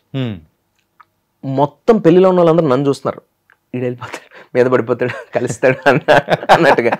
నేను అలా ఇలా ఇలా ఇలా ఉంది అలా. ఎందుకంటే అప్పుడు మరీ టూ మచ్ బ్రో. అప్పటికి మొబైల్స్ లేవు. నేను మాట్లాడేది అరౌండ్ 2006-07 అలా ఆ టైంలో.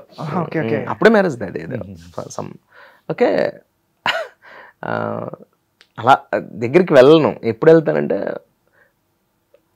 వీడు నా ఫ్యానా, ఈ అమ్మాయిడు రే అనుకోవాలి వాళ్ళు. అలాంటప్పుడు వెళ్ళాలని, అలా చేయాలనే నేను కౌన్ బనే కరోడ్పతి. ఓకే, ఫస్ట్ నుంచి నేను రాసుకున్నాను ఆ స్క్రిప్ట్. 5 Faces ఆఫ్ మెగాస్టార్, పునాదరాలు, ప్రాణంగా, జగదేవుడు, అసలు ఇవన్నీ ఆపద్ బాంధవుడు. లాస్ట్ లో ఆయన ట్రైలర్ అప్పుడే రిలీజ్ అయిన సినిమా 150 కంప్లీట్ అయింది. నెక్స్ట్ సినిమాకి వెళ్తున్నారు అన్నయ్య. ఆ ట్రైలర్ నేను సినిమా కూడా రిలీజ్ అవ్వలేదు అనుకుంటాం, ట్రైలర్ రిలీజ్ అయింది. ఆ హైప్ లో ఉన్నాం అంతా. అన్నయ్య రీఎంట్రీ ఆ బాస్ ఇస్ బ్యాక్ టైంలో ఆ ట్రైలర్తో సహా పర్ఫామ్ చేసి నేను సింగిల్ టేక్లో ఆయన ముందు 12 minutes ఒక ఫుటేజ్ మనం తీస్తే ఏదైతే షూట్ చేశారో అదే. ఎందుకంటే ఆయన పెట్టుకుని నేను 1 more టేక్ చేయాలి. ఇద్దరమే, చిరంజీవి గారు ఎదురుగా, నేను అంతే, ఇద్దరం ఎదురుగా ఉన్నాం. నేనేం పెర్ఫామ్ చేశాను అదే షూట్లో ఉంది. ఎడిటర్కి ఎడిట్ చేసే పని లేదు. అసలు నెక్స్ట్ లెవెల్లోనే. అంటే నేను చచ్చిపోవాలి కానీ చిరంజీవి గారు నిద్రపోకూడదు అని డిసైడ్ అయిన రోజు అది. అంటే నా ఉద్దేశం అదేదో పొగరుతోటో గర్వంతో చెప్పడం కాదు, ప్రాణంగా ప్రేమించాం కదా ఆయన. కాసేపు స్టే అంటే చేసాడులే అని అనుకోకూడదు. ఏంటి రాయుడు, ఎవడు రాయుడు అనుకోవాలనే ఉద్దేశం అంతే. అది నేను అచీవ్ చేశాను. గోల్డెన్ మూమెంట్స్ కదా. ఆయన ఇంటికి పిలిచి తర్వాత మాట్లాడితే ఫ్యామిలీతో, అమ్మ నాన్నగారు అందరూ, family, mother father. It's very beautiful journey. And అన్నయ్యతో అది ఎప్పుడు వెళ్ళినా ఆయన అలాగే కూర్చొని ఆయన రవి లవ్లీ అన్న. అప్పుడు కూడా ఇంట్లో కూడా ఆయన కాఫీ సర్వ్ చేశారు మాకు. That's the beauty. అంటే ఆయన సంస్కారం, ఆయన స్థాయికి. అలా రజనీకాంత్ గారితో కిక్ ఏంటంటే అన్నతే షూట్. ఆయనలో నాకు బాగా నచ్చింది ఏంటంటే ఆయన విత్ మేకప్లో ఫొటోస్ ఇవ్వరు. నేను ఫోటో దిగడానికి రాలేదని చెప్పా. ఓకే, నేను అంటే రాలేదని చెప్పడం అంటే వాళ్ళ టీంతో సరే ఫోటో కొంచెం టైం పడుతుంది అది. అంటే మరి తమిళ వాళ్ళకి నేను కొత్త కదా, పైగా రజనీకాంత్ గారి దగ్గర మనం ఎవరు వచ్చేయగలరు, అసలు కౌంటే కాదుగా. ఆయన నాకు గెంటేస్తే ఇష్టపడతాను నేను నాకు ఆయన విషయంలో. ఎందుకంటే నాకు అది లేదు కదా. ఇప్పుడు నాకు ఏదో రెడ్ కార్పెట్ లాగా సరే ఇతను పాపులర్ యాక్టర్ అండి తెలుగులో సో అని చెప్తే ఆయన ఓ యా కమన్ అని చెప్పని ఏదో మాట్లాడావు, మీరు నా ఫ్యాన్, ఏదో సమ్మెక్స్ ఏదో ఇలా అయిపోతుంది. అది ఒకటి అలా కాదు, వెయిట్ చేసి అట్లా ఉండాలనేదే నాకు కూడా. మీరు ఎలా అయినా తీసుకోండి దాన్ని. అండ్ అది నేను ఏం చేశాను, ఆ క్యూలో ఉంటే ఒక 167 మంది, నేను కూడా అలా క్యూలో నిలబడాను. అందరూ 1 by 1 ఫోటో. నా టైం వచ్చింది, నేను ఫోటోకి అలా వెళ్తుంటే కరెక్ట్గా అలా దగ్గరికి వెళ్ళగానే లోపల ఒక స్టిల్ ఫోటోగ్రాఫర్ ఉన్నాడు. ఆయన వితౌట్ మేకప్, నేను చెప్తాను ప్యాకప్ అయ్యాక అప్పుడే ఇస్తారని చెప్పాను కదా ఫొటోస్. ఆయన గొప్పతనం చూడండి. క్యారవాన్లో ఒకరు ఉన్నారు, front door back door, 167 members around క్యూలో ఉన్నారు. వాళ్ళందరికీ ఫోటోస్ ఇచ్చి వెళ్తారు ఆయన. అలా 200 మంది ఉన్నా కూడా వాళ్ళందరికీ ఫోటో ఇచ్చి వెళ్తారు. ఇది రజనీకాంత్ గారి లైఫ్ స్టైల్. ఆయన షూట్లో ఉన్నప్పుడు ప్రతి ఒక్కరిని కలిసి ప్యాకప్ అయ్యి వెళ్తారు. ఒకవేళ ఆయనకి ఏదైనా కొంచెం హెల్త్ రీత్యానో ఏదైనా కొంచెం ఆయన డల్గా ఉన్నారంటే మోడ్లారో షూట్ వల్ల నెక్స్ట్ డే పెడతారు. ఓకే, దాన్ని ఇలా ప్యాకప్ అయ్యాక టోటల్ షెడ్యూల్ అయ్యాక ఇంకా బయట గ్రౌండ్ అవుట్ పెట్టేసి 1 by 1 ఫటాఫట్ దానికోసం 2-3 గంటలు కేటాయిస్తారు. That is nature. తమిళ అందరికీ ఉంది అది. విజయ్ సేతుపతి గారు, అజిత్ గారు అందరికీ ఉంది అది. అది రజనీకాంత్ గారు మొదలు పెట్టారు యాక్చువల్లీ. ఓకే, ఈవెన్ అలా నా టైం వచ్చింది. నా టర్న్ వచ్చినప్పుడు ఆ హార్ట్ అలా. కాకపోతే అది ఇంకా మోర్ కదా. నేను చిరంజీవి గారిని కనీసం మన ప్రాంతం, మన అన్నయ్య కాబట్టి, మన ఇల్లు కాబట్టి ఎప్పుడైనా వెళ్ళొచ్చని ఒకటి ఉంటుంది, మన హైదరాబాద్ కాబట్టి. ఆయన నేను చెన్నై మంది వేరే ప్రపంచం కదా అది. అఫ్కోర్స్ ఇప్పుడు నాకు టైం వచ్చి ఉండొచ్చు కాక, బట్ అంత ఈజీ అయితే కాదు అది. నాకు నేను ఇంట్రెస్ట్ చూపిస్తాను. ఎందుకంటే నాకు ఒక ఇది ఉంటుంది కదా, డిస్టర్బ్ చేయకూడదని. వాళ్ళ గమ్ముని ఏంటి అని అంటే నేను తీసుకోలేను. కాబట్టి నాకు అలా రాకూడదని నేను వెళ్ళా. పైకి వెళ్తే ఆయన మామూలుగా అంతే కదా, సోకాళ్ళు ఎవరు వచ్చారో 167 member అన్నట్టు ఆయన ఏదో కమన్ అని చెప్పిన వాళ్ళు చేయరా. నేను చేతి నుంచి అలా వెళ్తున్నా సార్ బాస్, నేను ఒకసారి తలేవా ఒకసారి పేసలమ్మా రోర్ మారని యా నేను మాట్లాడుతూ sir big fan of you, like మీరు చిరంజీవి గారు, ఆయనతోనే చెప్పాను ఆ విషయం. చిరంజీవి గారు మీరు మీ ఇద్దరు లేకపోతే నాకు సినిమా మీద ఇంట్రెస్ట్ లేదండి. నాకు సినిమా లేకపోతే ఏం చేస్తాననేది ఫస్ట్ ఆఫ్ ఆల్ నాకు తెలియదు, నెంబర్ 1. నెంబర్ 2, సినిమా అనేది నాకు ఒకటి, ఈ ప్రపంచం ఒకటి ఉంది, దీంట్లో నేను బతకగలను, మనగలను అని తెలుసుకున్నది కేవలం మీ వల్లే. ఓహో నేను కూడా అవుతా, నేను చూపిస్తా అని ఈరోజు నీ స్థాయి సార్. ఒక పర్వాలేదు సార్ ఇలా ఉన్నాను, ఫ్యూచర్లో ఇంకెంత అవుతాను బికాస్ ఆఫ్ యూ, మీ భిక్ష, మీ యొక్క ఇన్స్పిరేషన్ అని చెప్తుంటే పక్కన ఉన్న ఆయన అలా షాక్లా yeah okay your actor why ఎందుకు మీరు అక్కడ నిలబడి ఉన్నారు, మరి అప్పుడు మీరు రావచ్చు కదా, సో మాట్లాడుతున్నారు ఆయన. ఈ లోపల పక్కన ఒక ఆయన తెలుగు ఆయన ఎన్నో ఏళ్ళ నుంచి రజనీకాంత్ గారి దగ్గర పనిచేస్తారు.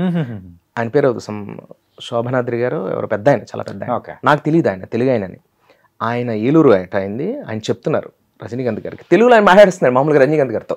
సార్ ఇతను ఒక దగ్గర ఒక చాలా 15-20 years నుంచి is very leading actor, one of the leading comedian and character artist. ఇలా మీరు మీలాగా చాలా బాగా చేస్తారు సార్ ఇమిటేట్ చేయాలి, లైక్ శివకార్తికేయన్ అక్కడైతే ఇక్కడైతే అలా చెప్పాడు ఆయన. యా ఓకే అన్నాడు ఆయన. అంటే నేను సార్ ఒక మారు ఇలా యాక్టింగ్ పండురారు sir sir yeah please please. ఆయన అలా క్యారవన్ దగ్గరికి వెళ్ళి నడుచుకుంటే అలా క్యారవన్ దగ్గర సోఫా దగ్గర ఆయన అలా కూర్చుని ఉన్నారు. నేనే, అందరూ ఆయనకి వెళ్ళిపోయారు, ఎవరు లేరు, స్టిల్ ఫోటోగ్రఫర్ అండ్ ఇంకొకరు శోభనాద్రి గారు. దళపతి, అరుణాచలం, బాబా, భాష, చంద్రముఖి. అప్పటికి దర్బార్ ట్రైలర్ రిలీజ్ అయింది. దర్బార్ ట్రైలర్ రిలీజ్ అయింది అంతే, సినిమా రిలీజ్ కాలే. అన్నతే షూటింగ్ లో కోవిడ్ రాబోతోంది భూమి మీదకి, అప్పుడు కోవిడ్ అనేది లేదు. అంతే అంతే కరెక్ట్. దర్బార్ ట్రైలర్ రిలీజ్ అయింది అంటే ఆ దర్బార్ ట్రైలర్ తో సహా మొత్తం చేశా, దళపతి నుంచి మొదలు మొత్తం చేశా. ఆయన అని చెప్పని వచ్చి హగ్ చేసుకుని కౌగిలించుకుని ఫోర్ హెడ్ మీద కిస్ చేసి, ఆయన ఒక ఎమోషనల్ ట్రాక్ లో ఉన్నప్పుడు నేను అనే ఒక మారు నేను ఒక్కసారి హ్యాండ్ని కిస్ చేయాలని ఉంది నాకు అని రజనీకాంత్ గారిని వాయ్ అంటే అంటే నాకు రియల్గా నాకు పిచ్చి ఉంది ఏంటంటే భాషా టైంలో ఆయన పక్కన ఉన్న ఎవ్రీ పర్సన్ ఎవ్రీ ట్రాక్లో షార్ట్ అయిపోయిన తర్వాత కిస్ చేస్తారు కదా, నాకు ఎప్పటి నుంచి అలా కిస్ చేశాను, వెనకాల నుంచి వచ్చిన అలా కిస్ చేశాను అనమాట ఆయన్ని. అది నాకు లైఫ్లో మర్చిపోయిన ఒక అనుభూతి. ఆయన నన్ను ఫోర్ హెడ్ మీద కిస్ చేయడం అట్లా నాకు ఆయన చెప్తేనే నాకు లిటరా అంటే వేరే లెవెల్ అది. అది నాకు రజనీకాంత్ గారికి తెలుసు, ఎవరికి తెలియదు. ప్రాబ్లం ఏంటంటే ఆయన టీవీకి రారు, అది స్టేజ్ మీద చేసింది కాదు, ఒక క్యారవాన్ లో. అక్కడ ఉన్న యూనిట్ కి నాకు రజనీకాంత్ గారికి ఇద్దరికి తెలుసు. ఆ లోపలైతే నాకు రజనీకాంత్ గారి తప్ప ఎవరో తెలియదు. కానీ అది మెమరబుల్ టైం. ఇక్కడ ఉన్న తెలుగు డైరెక్టర్స్ అందరూ బయట దగ్గర ఏం చేశారు ఆయన్ని అంతసేపు, అరగంట సేపు రజనీకాంత్ గారిని ఏం చేసావు లోపల. చాలా అది నేను లైఫ్ లో మర్చిపోలేదు. ఫొటోస్ ఉన్నాయి ఇప్పుడు, కాకపోతే కలిసిన పిక్స్ ఉన్నాయి. అదే టైంలో ఆ టైంలో వెళ్ళిపోతున్నప్పుడు ఆయన అలా ఆయన చెప్పి అలా చూసి ఆయన క్వశ్చన్ అంటున్నారు ఆయన అలా, అది ఇప్పుడు గుర్తు అలా అలా అన్నాం. అర్థం పేరేనా అన్నారు, రవి జోష్ sir. Yeah okay Ravi, all the best అన్నాను. సరే కింద దిగిన తర్వాత ఆయన కార్ ఎక్కేంత వరకు అందరూ ఉన్నాం అలా అలా వెయిట్ చేస్తూ.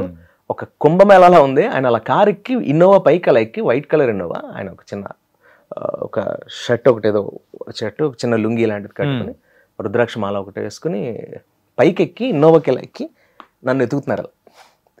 రవి అంటే సార్ తెలగా bye bye bye sir Ravi అలా ఎండ్ అయింది.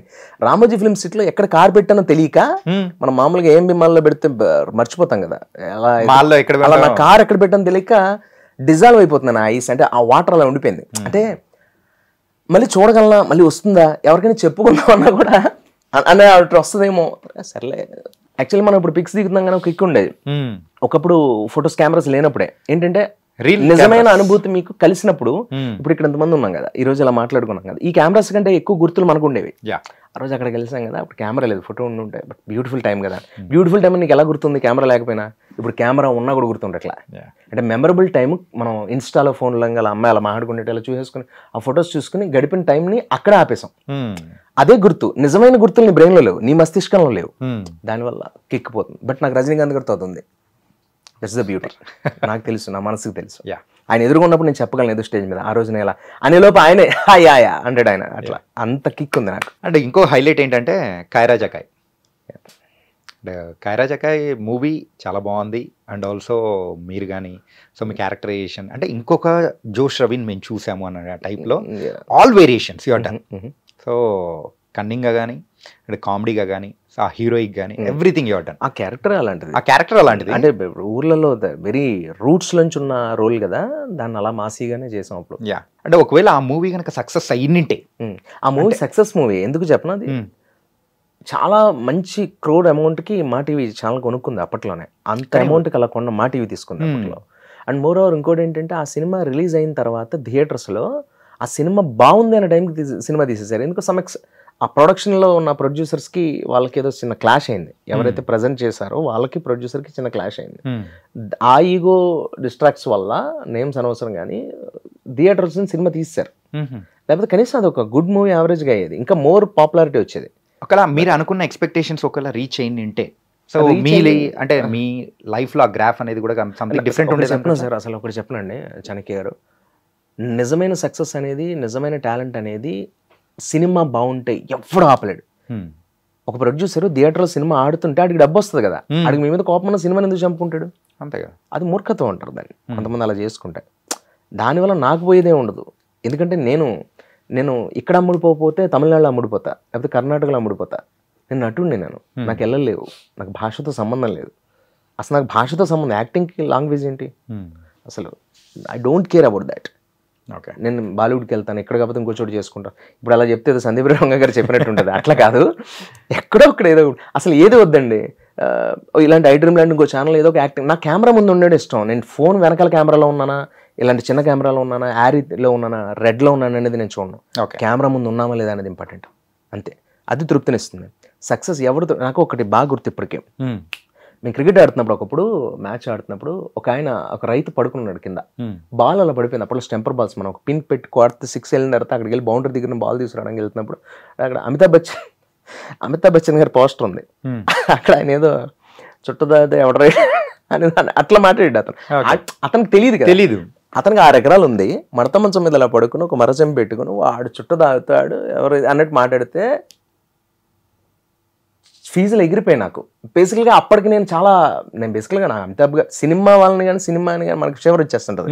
ఒక టైప్లో మన రక్షకుల నాగార్జున గారి కింద నుంచి పొంగిపోతుంటుంది నాకు. అంటే అనివార్య కారణం, రీజన్ లేకుండా ఆయన ఎవరో బాల్ పడేసి ఇదే అంటే ఇది గొడవ కదా, అతను అన్నదానికి నేను మాట్లాడా. అప్పుడు అది ఆయన ఎవరో తెలీదా మీకు అన్నాడు.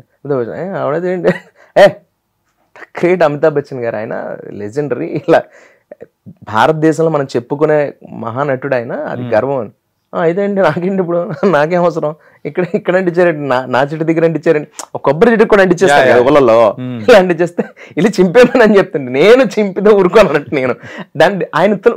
అతని తృప్తి ఏంటంటే అవునా అని చెప్పి తర్వాత వీళ్ళు మామూలుగా మాట్లాడుతూ సరే పోస్టర్ చింపకపోవడం కూడా డిస్కషన్ కాదు ఇక్కడ. ఆయనకి గౌరవం లేక కాదు, ఇతనికి తెలియదు అంతే, కానీ వాడు తృప్తిగా ఉన్నాడుగా.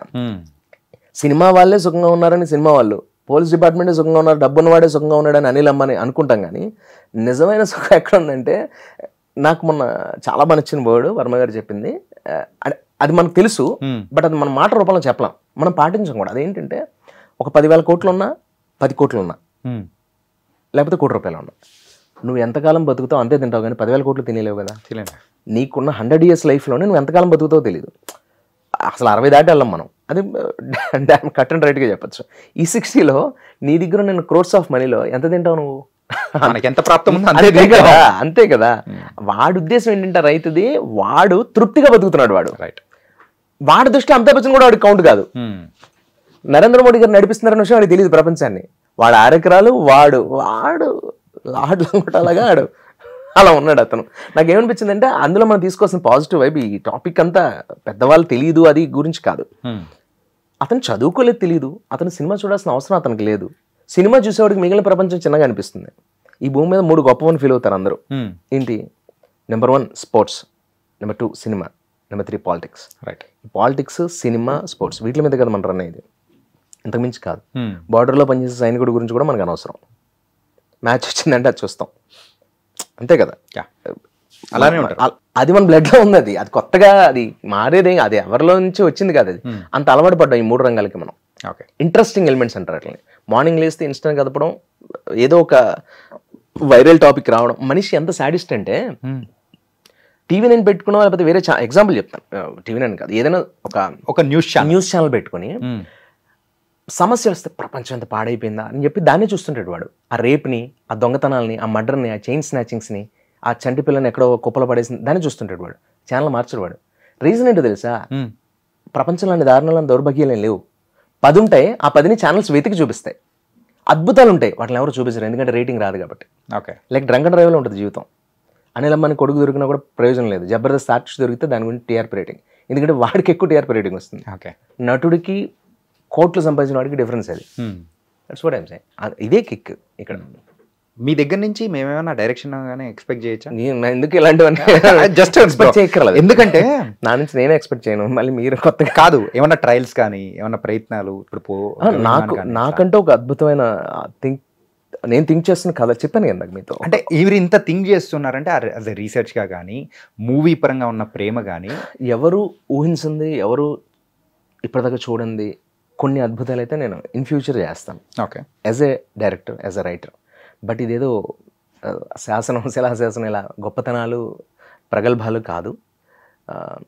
Anything is reflection on this earth నేను ఎప్పుడు అంటుంటాను. అంటే మనం ఎదుటి వాళ్ళకి ఏమి ఇచ్చామో దాన్ని బట్టి వాళ్ళ ఎక్స్ప్రెషన్ రియాక్షన్స్ వస్తాయి. మనం ఇప్పుడు మన చేతిలో ఒక పని ఉంది, నోరు మూసుకుని పని చేసుకుందాం, తడిగొడ్డేసి కూర్చున్నాను నేను. నన్ను నమ్మిన వాళ్ళు, నా కోసం డబ్బు పెట్టే వాళ్ళు కొంతమంది రెడీ అయిన రోజులు రాబోతున్నాయి, వాళ్ళు వెయిటింగ్లో కూడా ఉన్నారు. కాకపోతే నేను అనుకున్న కథగా బడ్జెట్స్కి సింక్ అవ్వట్లేదు. అలా అయిన రోజు నేను ప్రొడ్యూసర్కి డబ్బు మిగిల్చే పనులు చేయాలనేది నా విశ్వాసం అండి. అలాంటి నమ్మకం నాకు వచ్చిన రోజే దిగుతాను. మీతో ఇందాక అన్నాను అప్పుడు, కానీ నేను పెవిలియన్లో అడుగు పెట్టలేదు. అంటే శివశ్లోకాలు ఎంతవరకు వచ్చాయి? అంటే చాలా ఇంటర్వ్యూస్లో మీరు చెప్పారు, రాసిన ఉన్నా బట్ బ్రెయిన్లో లేవు. బట్ అంటే 12 కదా 9 ఇంకొక 3 చేస్తే ఆల్బమ్ చేద్దామని ఒక తపన. ఒక ప్రామినెంట్ ఒక పెద్దవాళ్ళతో కూడా ఒక స్టూడియోతో వాళ్ళు లైనప్ అయి ఉన్నారు, వాళ్ళు అప్రోచ్ అవుతున్నారు. అది సైన్ అయితే కొంచెం దాన్ని కూడా ముందుకు తీసుకెళ్దామని. దాన్ని యాక్చువల్లీ ఫస్ట్ బుక్ చేద్దామని తప్ప నాకు ఏమాత్రం ఆల్బమ్ చేద్దామని లేదు. ఒక డైరెక్టర్ గారు నాకు ఇచ్చిన సలహా, రఘు గారని, నాకు చాలా కావాల్సింది, దీన్ని ఆల్బమ్ చేయి రవి అంటే, ఇంకా సో ఆల్బమ్ చేయడానికి నెక్స్ట్ సన్నాహాలు జరుగుతున్నాయి అంటారు. చాలా బ్యూటిఫుల్ శ్లోకాస్. అండ్ ఇంకోటి ఏమండి, మనం రైటర్ అని చెప్పుకోవడానికి రైటర్ అవ్వకూడదు, అది గుర్తుపెట్టుకోవాలి అంతే. మనం ఇది అని చెప్పుకోకర్లా, అందుకెవరు అవరు, అలా అయితే అది బ్యూటీ కాదు. మనలో భగవంతుడు మనకి ఇచ్చిన దాంట్లో, మనలో ఒకరు నమ్మిన దాంట్లో మనకు రాసేటప్పుడు ఒక స్మోక్ ఉంటుంది మనలో. అంటే దాన్ని ఏమంటారంటే, దాన్ని ఒక మెల్ట్ అవుతాం మనం ఒక దానికి. ఒక ఇళయరాజా దగ్గర, ఒక వేటూరు గారి దగ్గర, మహమ్మద్ ఖదీర్ బాబు గారు దర్గా మెట్ట కథలు చదివినప్పుడు, ఏ మాధవ్ సింగరాజు గారు అభౌతిక స్వరం చదివినప్పుడు మనకు కొన్ని ఉంటాయి. ప్యాలెస్లోనో లైక్ కొన్ని బుక్స్తోనో, కొన్ని సినిమాలతోనో మనం రమిస్తాం వాటితో. లైక్ దళపతి. ఇప్పుడంటే పిచ్చెక్కిపోయిన వాళ్ళగా సుందరి అనే సాంగ్ని పెట్టి దేనికి పడితే దానికి వాడేస్తున్నారు. కానీ అసలు మొబైల్స్ లేనప్పుడే కదా మనం మెల్ట్ అయ్యాం వాటికి. బ్రేకప్కి లేదు, అద్భుతాలకి లేదు. ఒక అందమైన అమ్మాయి చీర కట్టుకున్నా అదే సాంగ్, దాంట్లో బ్యూటీ కాదు వాళ్ళకి తెలియదు. ఆ పాట ఉంది, వ్యూయర్షిప్ వస్తుందని అంతే.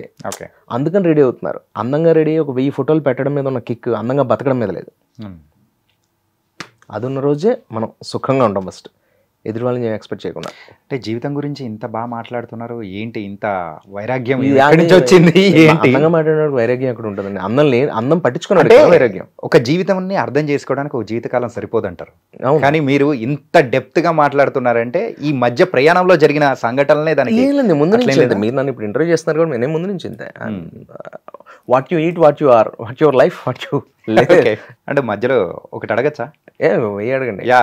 మనం ఉన్నది అందుకే. మీరు హ్యాపీ డేస్ మూవీకి కూడా వర్క్ చేశారంటగా? అంటే నేను అప్రెంటిస్, ఆ విషయం వాళ్ళ టీంకి తెలియదు కాకపోతే అంతే. అంటే నేను దానికి ఆనంద్ రవి గారు వాళ్ళు ఉన్నప్పుడు, యాక్చువల్లీ నేను యాక్టర్ అవడానికి వచ్చాను. నేను మీతో చెప్తున్నాను, మళ్ళీ చెప్తున్నాను, నా బలం అది, నన్ను నమ్మిన బలం అది పబ్లిక్. ఈ రోజు నేను ఇక్కడ ఉన్నాను, మీరు ఇంటర్వ్యూ చేస్తారన్నా నటుడనే కదా. బట్ కాకపోతే నాకు ఇంకొక క్వాలిటీ ఉన్నా నేను ఏ రోజు బయట పెట్టుకోలే. ఓహో అది ఇస్తే ఇక్కడ రెస్పెక్ట్ వస్తుంది అనమాట, అది చేస్తే ఇక్కడ మనకు పని దొరుకుతుంది అనమాట అన్నట్టు అంతే. అలా నాకు ఓకే రైటింగ్, ఒక గోస్ట్ రైటర్గా, ఒక అసిస్టెంట్ డైరెక్టర్గా చాలా సినిమాలు. Only happy days. ఎన్ని డేస్ వర్క్ చేశారు? ఒక 12 days చేస్తుంటాను అప్పుడు. ఆ టైంలో సిబిఐటి కాలేజ్లో.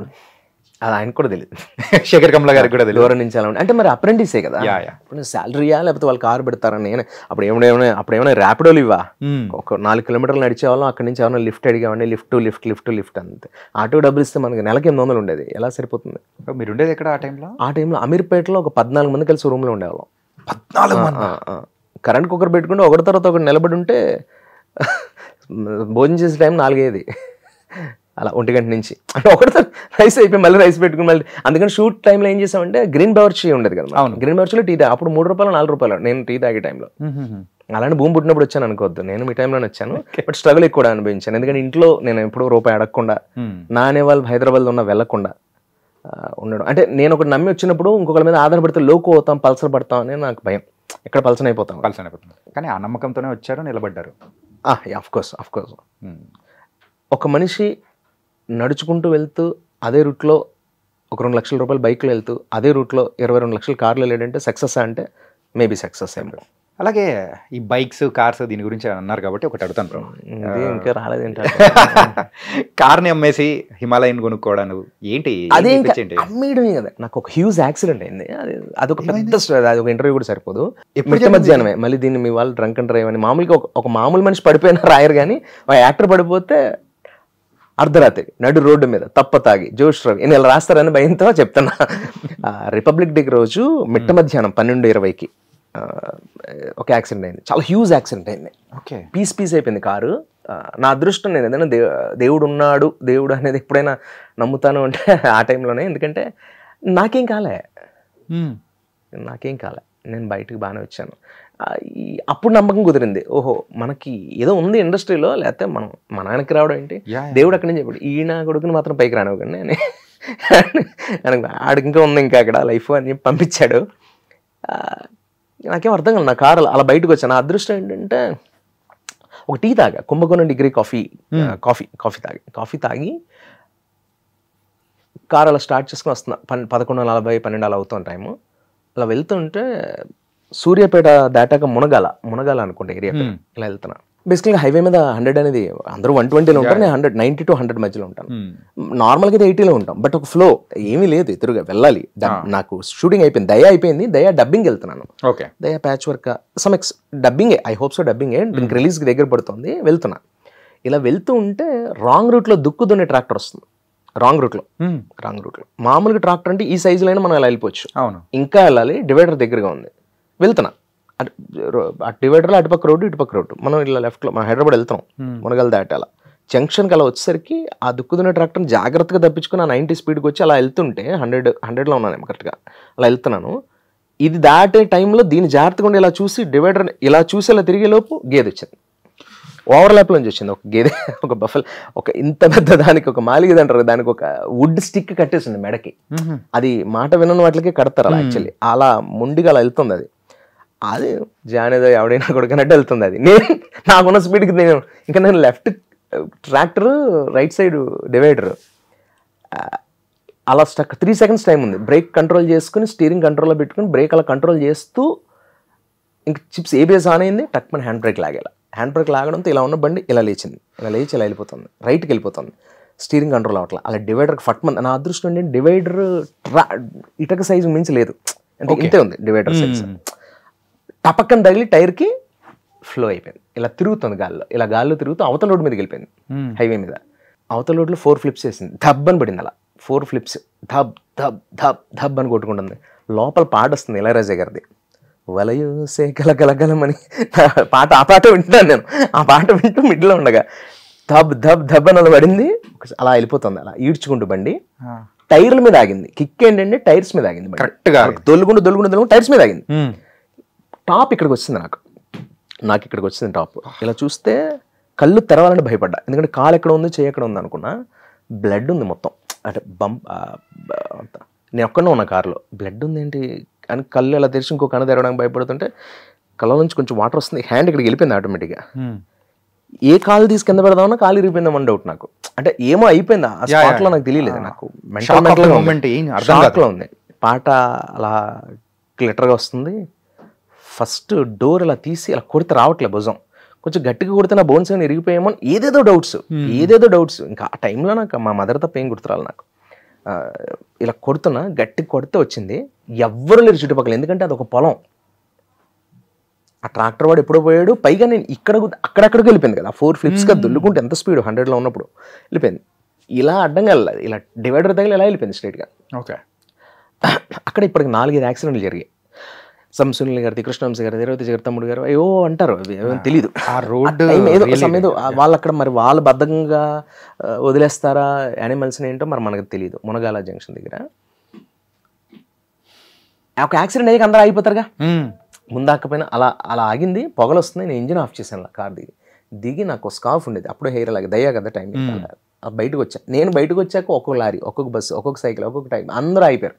నేనున్నాను కారులో, నన్ను అనుకోవట్లే, ఎవరో కారులో పడిపోయారు అనుకుంటాను. నేను ముందే బయట ఉండడం వల్ల వాళ్ళకి తెలియలే. ఒకడు కార్ నెంబర్ చూసినాను, అరే కార్ నెంబర్ రా అని ఒకడు, ఇంకోటేమో ఒక్కళ్ళు గుర్తుపడతారు కదా సినిమా వాళ్ళు. ఇలా స్కార్ఫ్లో తీయగానే కొంచెం సినిమా మోడ్లో ఉన్న వాళ్ళు నలుగురు దగ్గరికి వచ్చేసి, సార్ మీదే కదా కారు, మీరే కదా, అదేనండి, కొంచెం ఒకసారి ఇక్కడ చూస్తారా ఏదో సంబంధం ఇలా అని చూసారే దాన్ని. సార్ ఒకసారి మీరు మన హాస్పిటల్కి వెళ్ళండి అనేది అంబులెన్స్ బుక్ చేశారు. ఇలా వెళ్దాం అనుకున్న టైంకి కారులో నా లగేజ్ ఉంది. ఆ టైంలో ఆ లగేజ్ని కొంచెం అంబులెన్స్లో ఎక్కించండి అన్నీ చెప్పా. బ్లడ్ ఎక్కడి నుంచి వస్తుంది అని చూస్తే నా వేలు దగ్గర కొసకి తెగింది, ఇది చిమ్ముతుంది అలా పైకి పెట్టి తీసి ఇలా హ్యాండ్కి వల్ల బ్లడ్ ఇక్కడ అంటుకుంది. నేను తలలోంచి వచ్చేస్తున్నాను, వాళ్ళు ఇంకోటి ఏదో అలా అలా డౌట్స్. నాకు అక్కడ ఒక శివుడిది బొమ్మ ఉంటుంది నా బానెట్ మీద, కార్ ఫ్రంట్, అది వచ్చి వెళ్ళబడింది. నేను ఆ శివుడు ఇద్దరమే దిగాం. అలా అది దిగినప్పుడు ఆ బొమ్మ ఇలా చేతిలో ఉంది, ఆ కుదుపులకి మొత్తం అది ఎలాస్టిక్ ఊడిపోయింది, అది లైక్ ఐ మీన్ గమ్. దిగితే ఇప్పటికీ ఆ చేతులు అలా పెట్టుకుని అంబులెన్స్ ఎక్కుతున్నా. ఆయన కూడా గుర్తు నాకు, ఆయన ఎక్కించిన అతను ఎప్పటికీ మర్చిపోను అతను. ఇంకొక అతను ఉన్నాడు కార్తిక్ అని, అతను కూడా పాపం ఫాలో అయ్యాడు అతని ఫ్యామిలీతో. అక్కడ ఎవరు రైతు ఒక అతను, వాళ్ళని తిరిగి అయిపోయింది, ఇంకా వాళ్ళని తిట్టిపోయి అయిపోయింది. ఇంక ఇప్పుడు నేను తిట్టినంత మాత్రం అతను నాకేం తిరిగి రాదు, ఏది అయిపోయింది. అంబులెన్స్ ఎక్కి వెళ్తాను, అంబులెన్స్లో టించర్ కూడా లేదు బ్రో. వాడు జస్ట్ లిఫ్ట్ ఇచ్చే కార్లో ఇచ్చాడు అంబులెన్స్లో. వాడు ఏదో చేసేస్తాడేమో లోపల, నాకు ఆక్సిజన్ పెట్టి ఏదో చేసి దీనికి కనీసం ఏదో డ్రెస్సింగ్ చేస్తాడు అనుకున్నా. ఇది వేలుకి టించర్ లేదు అక్కడ. వాళ్ళు నాతో ఫోటోలు దిగారు లోపల. నేను మెంటల్గా ఏంట్రా మీరు ఏమనుకుంటున్నారు మీరు, ఇది ఒక అంబులెన్స్ మీరు ఇందులో. సరే అయిపోయింది. వాడు అక్కడ సెంటర్లో వదిలేసి, సార్ నేను హైదరాబాద్కు రాలేమన్నాడండి నన్ను. కిక్ చెప్తా, కిక్ నా కారు వెనకాల ఫాలో అయిన వాళ్ళు, ఏంటి సార్ ఇక్కడ దిగారు, నేను దగ్గర వింటండి, ఆడేదో లిఫ్ట్ ఇచ్చినట్టు సెంటర్లో వదిలేసాడు. ఆ పెయిన్లో ఉన్నాను, లెగ్ ఏమో కొంచెం బాగా గట్టిగా వాచింది. సరే దిగిన తర్వాత వాళ్ళు, ఇలా కాదండి మేమేమో అర్జెంట్గా విజయవాడ వెళ్తున్నాము ఉండండి అని చెప్పి కార్లో ఒక చోట తీసుకెళ్ళి ఇంకొకరు ఎవరు లిఫ్ట్ అయితే నేను చూడగానే ఇంక వాళ్ళు పాపం ఓవర్ ఎక్సైట్మెంట్, సార్ మీరు రండి సార్ అని చెప్పి తీసుకెళ్ళిపోయి వాళ్ళు మలక్పేట యశోదాలో జాయిన్ అయ్యా. ఇంకా వాడు ఠాగూర్ సినిమా అక్కడ, వాడు నన్ను అన్ని రకాలుగా వాడేస్తున్నాడు. వాడు ఏం టెస్టులు చేయాలో భూమి మీద అన్నీ చేశాడు. అరికాల నుంచి గోర్ లెంత్ దగ్గర నుంచి అన్ని ఎక్స్రేలు, స్కానింగ్లు, సిటీలు, ఎంఆర్ఐలు ఏవో చేస్తున్నాడు వాడు. చేసి అన్నీ చేసి వాడు అప్సెట్ అయ్యాడు. నా దగ్గర మెల్లగా వచ్చాడు, వచ్చి చూస్తున్నాడు. ఇక్కడెక్కడ ఏవో పెట్టారు నాకు తలకి. నేను ఎర్రగడ్డలో ఉన్నానా ఏంటిది, ఏం జరుగుతుంది ఇక్కడ అంటే, సార్ అది మీకు ఒక్క బోన్ కూడా ఏం ఫ్రాక్చర్ అవ్వలేదు. అరే అది ఆనందంతో చెప్పాలరా, బాధతో చెప్తావేంటి నువ్వు, ఇక్కడ మరి ఏంటి ఇక్కడ ఎంతలా వాచింది బ్లడ్ అని. లేదండి మీ చేతికి అంటే బాధతో చెప్తున్నాడు వాడు. అది ఏం కాలేదండి మీకు అంటే అడిగేది డబ్బులు అన్నట్టు, అంతే కదా. ఇలా పెట్టి తీసారండి మీరు, దానివల్ల అది అంటుకుంది, ఇక్కడ కొంచెం వాచింది కాకపోతే ఆ హిట్ అవ్వడం వల్ల అది కొంచెం బట్ తర్వాత అయినా నేను సిటీ స్కాన్ చేసుకోండి మీరు. ఓకేనండి అయిపోయింది. సార్ మీకు ఇంకా మరి చెవులోంచి బ్లడ్ వస్తున్నాడు, ఎవడో పోతా ఉన్నాడు అన్న. సార్ ఈ అద్దాలు ఫోర్స్గా తగిలి నుజ్జు అయిపోయి మీకు తెలియట్లేదు, మీ థై కింద కూడా బ్లడ్ వస్తుంది. అది ఏంటంటే రప్చర్ అయ్యావు, అద్దాలన్నీ పగిలిపోయాయి కదా, పగిలిపోయిన పొడి పొడిగా కొన్ని ఇక్కడ దిగిపోయి కింద మీద పడడం వల్ల రప్చర్ అయినప్పుడు వచ్చిన అట్లా. ఇప్పుడు బ్రో ఒక 2 years బ్యాక్ ఈజీగా అంతే కదా. రిపబ్లిక్ డే రోజు గుర్తు నాకు. రిపబ్లిక్ డే రోజు మధ్యాహ్నం 12 గంటలకి అక్కడ డిపార్ట్మెంట్ కూడా అప్పుడు వచ్చారు. నేను నా ముందే తీసుకోండి సార్ బ్లడ్, మళ్ళీ రేపు మీరు ఏదో చెప్తే మీడియా ఏదో రాసి పిచ్చిగా ఉంటాయని. పాపం అక్కడ ఉన్న పబ్లిక్ కూడా, ఆ రైతు అతను ఎవరినో ఆ గేదెలు వాళ్ళని అందరినీ తిట్టి వదిలేండి ఏదో వద్దు, మీరు కూడా ఫోటోలు వీడియోలు తీయకండి, అసహ్యంగా ఉంటుంది, నా తల్లిదండ్రులు చూస్తే కంగారు పడతారు. ఫస్ట్ అది మ్యాటర్ వెళ్ళేలోపే ప్రముఖనట్టు నడు రోడ్డు మీద అనేసరికి ఇంక ఇక్కడ ఇంట్లో వాళ్ళు గుండా అయిపోతుంది ఉంటుంది. నేను ఇంటికి వెళ్ళేసరికి ఇవన్నీ ఎందుకని నేను సరే ఎందుకంటే హాస్పిటల్ అది వాడు చాలా అప్సెట్ అయ్యాడు పాపం. నేను ఏంట్రా ఇది, ఎవడైనా బాగున్నాడంటే ఆనందంగా మీకేం కాలేదని చెప్పొచ్చు కదా. వాడు ఏం అవ్వలేదు సార్ మీకు ఏంటో అంటున్నాడు. నేను యాక్చువల్గా దీని గురించి అని చెప్పేసి నేను అనుకున్నాను. లేదు యాక్చువల్లీ అప్పటికి సేల్ పెట్టింది అది. ఓకే సార్ ఇప్పుడు ఎందుకు అలా నాకు బైక్స్ అంటే అప్పించింది 4-5 బైక్స్. ఈవెన్ అప్పుడు కూడా స్ప్లెండర్, ఆర్క్స్ అండ్ అపాచీస్ అవన్నీ నుంచి అలా. బట్ కాకపోతే మనమేమి రిచ్ కిడ్ ఏం కాదు కదా ముందు నుంచి, మనం సెల్ఫ్ మేడే కదా, మనం ఒక చిరంజీవి టైపే కాబట్టి మనం ఒక పనికిరాని ఒక సైకిల్ నుంచి ఒక స్ప్లెండర్, పాత స్ప్లెండర్ నుంచి ఇటు టైర్ అటు టైర్ వెళ్ళిపోయిన దగ్గర నుంచి మనం కాపాడుకుంటూ వచ్చాం. ఇది ఎన్ని ఉన్నాయి ఇప్పుడు గరాజ్? ఇప్పుడు ఎక్కువ లేవు, బట్ అప్పుడు ఉండేవి. అప్పుడు 6-7 ఉన్నాయి. ఇప్పుడు నా దగ్గర ఒక 3 ఉంటాయి. అంటే లైక్ హిమాలయన్స్ 2 ఉంటాయి, స్క్రామ్ ఒకటి ఉంది 450cc, and BMW Prakash Mehra, అంటే అది ఫ్రెండ్, నేను కలిసి తీసుకున్నాను. కార్ బెటర్ నాకు కార్ లేదు ప్రస్తుతం, కార్ తీసుకోలే, ఇంట్రెస్ట్ లేదు కార్ మీద. ఈ భయమా లేకపోతే భయం అనేది ఏం లేదు, భయం అసలు నాకు అలాంటి పిచ్చలైట్ మనకి అసలు అదేం లేదు. పైగా మనం మిస్టేక్ చేస్తే మనకు భయం ఉంటుందండి, మనం అసలు ఎప్పుడూ లేదు కదా. నేను ఎప్పుడైనా మీరు ఎప్పుడైనా అబ్జర్వ్ చేస్తే ఒక మీడియాలో కానీ ఒక యూట్యూబ్లో కానీ ఒక చోట కానీ నేను ఎప్పుడు అది అలాంటి మత్స మనం అలాంటి బ్యాచ్ కాదు మనం 6 to 6 మనం ఎప్పుడెప్పుడు అమ్మ దగ్గరికి వెళ్ళిపోతాం ఎప్పుడెప్పుడు ఇంట్లో కూర్చొని అమ్మతో కలిసి ఓటీటీలో సినిమా చూద్దాం అన్నట్టు ఉంటాను నేను అంతే. కానీ ఏంటి అంటే మిగతా వాళ్ళందరూ కూడా సినిమా వాళ్ళు కూడా ఒక సర్కిల్ ఉండాలి, వాళ్ళతో ఎప్పుడు రెగ్యులర్ గా మీట్ అవుతుండాలి ఇట్లా అని చెప్పేసి అంటూ ఉంటారు. కానీ మీరు మాత్రం ఆ కల్చర్ నాకు చేతకంతనం దూరంగా ఉండడానికి రీజన్ ఇదేనా? దూరంగా ఉండడం ఎందుకు ఉంటుందండి? నేను అంటాను వాళ్ళు అంటాను అట్లా కాదు బ్రో, అంటే పార్టీలకు వెళ్ళడాలు పబ్లిక్ వెళ్ళడాలు ఇది నా మైనస్. నేను బేసికల్ గా డ్రింక్ అకేషనల్లీ సరదాగా ఎంజాయ్ చేయడానికి ఎప్పుడో ఓకే. ఎవ్రీడే కూర్చోవాలంటే వర్కౌట్ అవుతుంది ఒకటి. సరే ఒకటి ఇంకో రీజన్ ఉంది, ఎవరికి తెలియదు ఏంటంటే ప్రతి ఇల్లు ఒకలా ఉండదు, ప్రతి తల్లిదండ్రులు ఒకలా ఉండరు. మా అమ్మగారి ఆరోగ్య పరిస్థితి ప్రకారం నేను ఆవిడ పక్కనే ఉండాలి. నేను సినిమా ఎంచుకోవడం వల్ల ఇప్పటికే నేను ఆవిడకి ఎక్కువ దూరంగా ఉంటున్నాను. మీతో ఇంటర్వ్యూ చేసినప్పుడు కూడా అప్పుడప్పుడు ఎందుకు ఫోన్ చూస్తున్నారు ఇలా కింద చూసుకుంటే అంటే అమ్మ గమన ఆవిడ షీ వాజ్ హ్యాండిక్యాప్డ్. నాకు ఆవిడ నేను లేకపోతే ఆవిడకి ఏదైనా ఉన్నా కూడా నేను లేని లోటు ఎప్పుడు ఆవిడకు ఉంటుంది. నేను చిన్నప్పుడు కూడా ఒకవేళ క్రికెట్ ఆడుతుంటే ఆవిడ చూడాలనుకున్నప్పుడు టక్మన్ ఒక 6 గట్టిగా కొట్టి ఒక షాట్ డిఫెన్స్ ఆడకుండా ఒక షాట్ కొట్టి పరిగెత్తుకెళ్ళి ఇక్కడ ఉన్నానమ్మ కంగారు పడదు అని చెప్పి వెళ్ళేవాడిని. దట్ ఈస్ మై లవ్ మదర్కి. నాకు ఆవిడ నడవలేని ఆవిడ నన్ను నడిపించారు కదా, ఆవిడ one and only, no siblings is there. That's why ఇంక మోర్. ఇంకా నాకు ఆవిడ పెద్ద వయసు వచ్చినప్పుడు మనం ఏం చూసుకోకపోతే ఎవరు చూసుకుంటారు. దట్స్ వై నాకు ఆవిడే జీవితం. ఆవిడ తర్వాత ఏదైనా సినిమాలు ఇవన్నీ. సినిమా అనేది ఒక ప్యాషన్ అండి, బట్ అది మన వాళ్ళని దాటి ఏం కాదు నాకైతే. నాకు అమ్మ సినిమా అంతే, దట్స్ ఇట్. తల్లిదండ్రులు సినిమా అంతే. బట్ నాకు అందుకని నేను 6 దాటితే తప్ప ఎవరితో కలవకూడదు అదేం కాదు. అయినా ఈ ఇన్స్టాలో మిలియన్స్ ఆఫ్ ఫాలోవర్స్ ఉంటాను, ఫేస్బుక్లో మిలియన్స్ ఆఫ్ ఫాలోవర్స్ ఉంటాను, రాజమౌళి గారి సినిమాలు ఎవరు నీలో టాలెంట్ ఉంటే ఇస్తారు అంతే. నీ అవసరం పబ్లిక్ నువ్వు నచ్చిన రోజే సినిమాలు వస్తాయి. ప్రొడ్యూసర్ అతను మార్కెట్లో ఉన్నాడు, జనాలు ఆడంటే ఇష్టం అని పెట్టుకుందాం అనుకుంటారు తప్ప ఆడికి 6.3 మిలియన్స్ ఉన్నారు ఆడిని పెడదాం అని ఎప్పుడు అవకాశాలు కదా. కాబట్టి ఇవన్నీ కొనుక్కునేవి, కొనుక్కోలేని ప్రేమ అది పబ్లిక్లో ఉండాలి. అది నాకు కొంతైనా ఉంది. నేను అద్భుతాలు సాధించకపోయినా బట్ అరే ఆడ నా కొడుకు మామూలు యాక్టర్ కాదురా అని థియేటర్ బయటకు వచ్చి నా ముందే నేను విన్నా ఉన్నాయి. నా కొడుకు చేశాడు రా గుండెజారి టైంలో అంటే ఎవడరా నా కొడుకు అన్నట్టు థియేటర్లో అలా ఇప్పటికి గుర్తు. ఒక వెల్లువల సముద్రం వాళ్ళ పాస్ అయింది గుండెజారికి. ఇలాంటివి ఎన్నో సినిమాలు, కాయరాజగాయ కానీ నేను చేసిన నేను రాజనేని మంత్రి కానీ, లేదా ప్రేమం కానీ, మన దయ కానీ, సేనాపతి కానీ, సోకాళ్ళు మగధీర జోష్ నుంచి లెక్కేసుకుంటా మధ్యలో చేసిన ఎన్నో కోకొల్లల సినిమాలు అటు తమిళ్ కన్నడ. మళ్ళీ ఇండస్ట్రీ అంతా ఒక్కసారిగా మీ వైపు చూడడానికి పవన్ సాధినేని గారు మూవీలో ఉన్న క్యారెక్టర్ ఏమన్నా ఆయన చూస్తారు, ఆయన సినిమా చూస్తారు. క్యారెక్టర్ అనేది నేను పర్టికులర్ క్యారెక్టర్ అంత అంటే ఏమండి ఆయన ఏమి ఇస్తున్నారో మనకు తెలియదు, ఏం చేస్తున్నామో మనకు తెలియదు. ఎడిటింగ్లు డబ్బింగ్లు అయ్యాక ఎన్ని ఉంటాయి ఎన్ని ఉండవో తెలియదు. ఇవన్నీ ఇది ఒక పెద్ద సముద్రం sir cinema.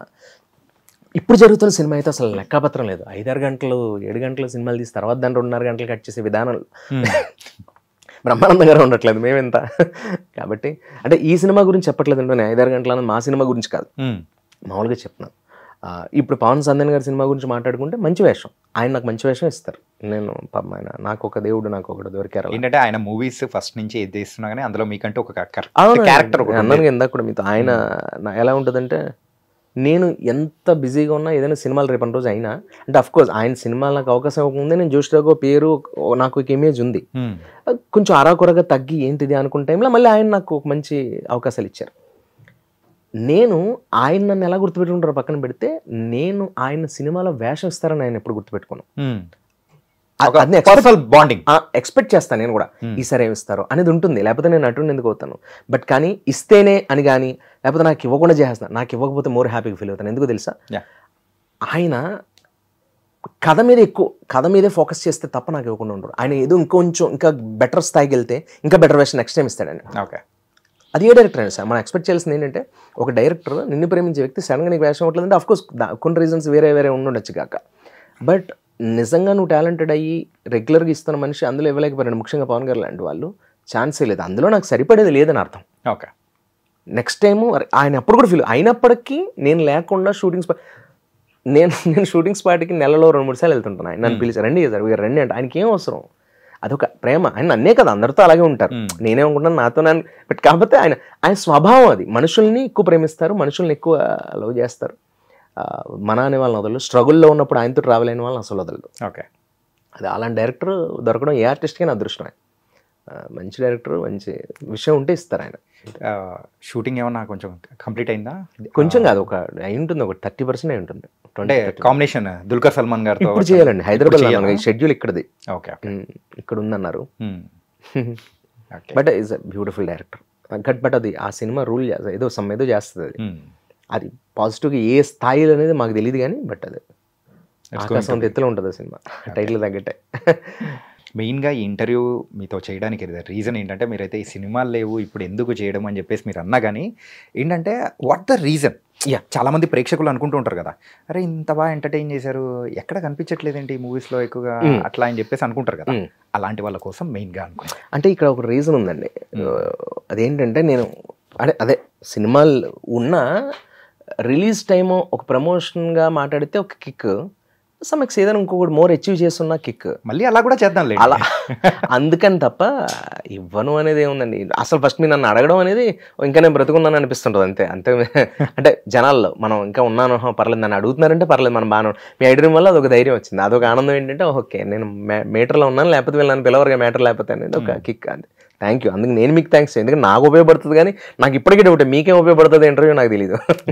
We are very happy మళ్ళీ రావడం, మళ్ళీ ఇలా మాట్లాడుకోవడం. Thank you so much Chanakya గారు. నేను అంటే చాలా రోజుల తర్వాత అంటే ఇంటర్వ్యూలో కాకుండా సరదాగా ఒక ఒకరికొకరు మామూలుగా నేచర్ గురించో లైఫ్ గురించో పంచుకోవడం, ఊరికే మనం ఏదో తెలివితేటలు ప్రదర్శించడం కాకుండా మనకు అనిపించింది మాట్లాడడం, మనకు తెలిసింది చెప్పడం, ఇలా ఉంటే బాగుంటుందేమో కదా అనేది.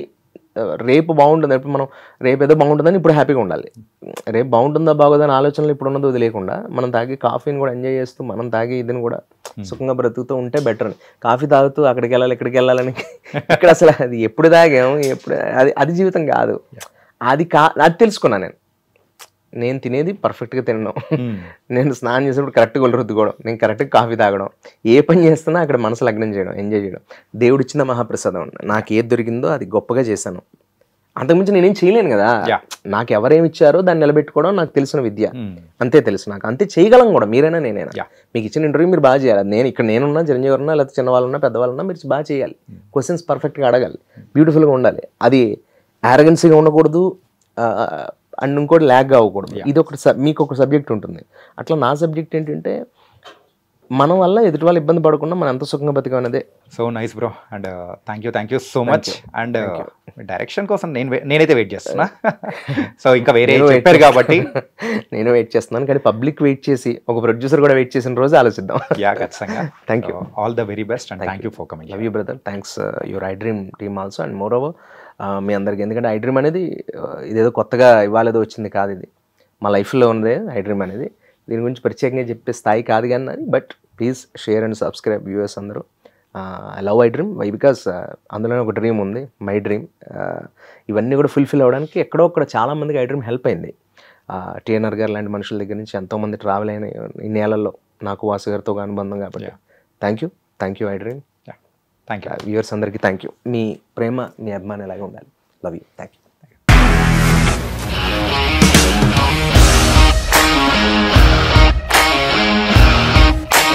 ఇండస్ట్రీలో కమిట్మెంట్ ఇష్యూస్ వస్తే నీకు కూడా వచ్చినట్టు? మార్నింగ్ తీసుకెళ్ళానంటే కొట్టి పడేసాడు.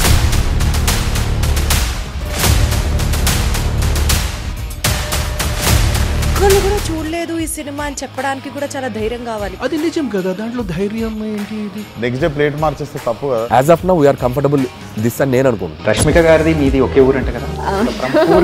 నీకు కోపం వచ్చిందంటే బాగా తిట్టేత్తరా? తిట్టేద్దామండి. నిజంగా గేమ్ ని ఎలా చేంజ్ చేయగలిగారు? ఏపీఎస్ఎఫ్సి వాళ్ళకి 6 నెలల్లో నేను 6 లక్షలు కట్టా. బిజినెస్ చేయాలనుకుంటే it is as difficult as riding a tiger.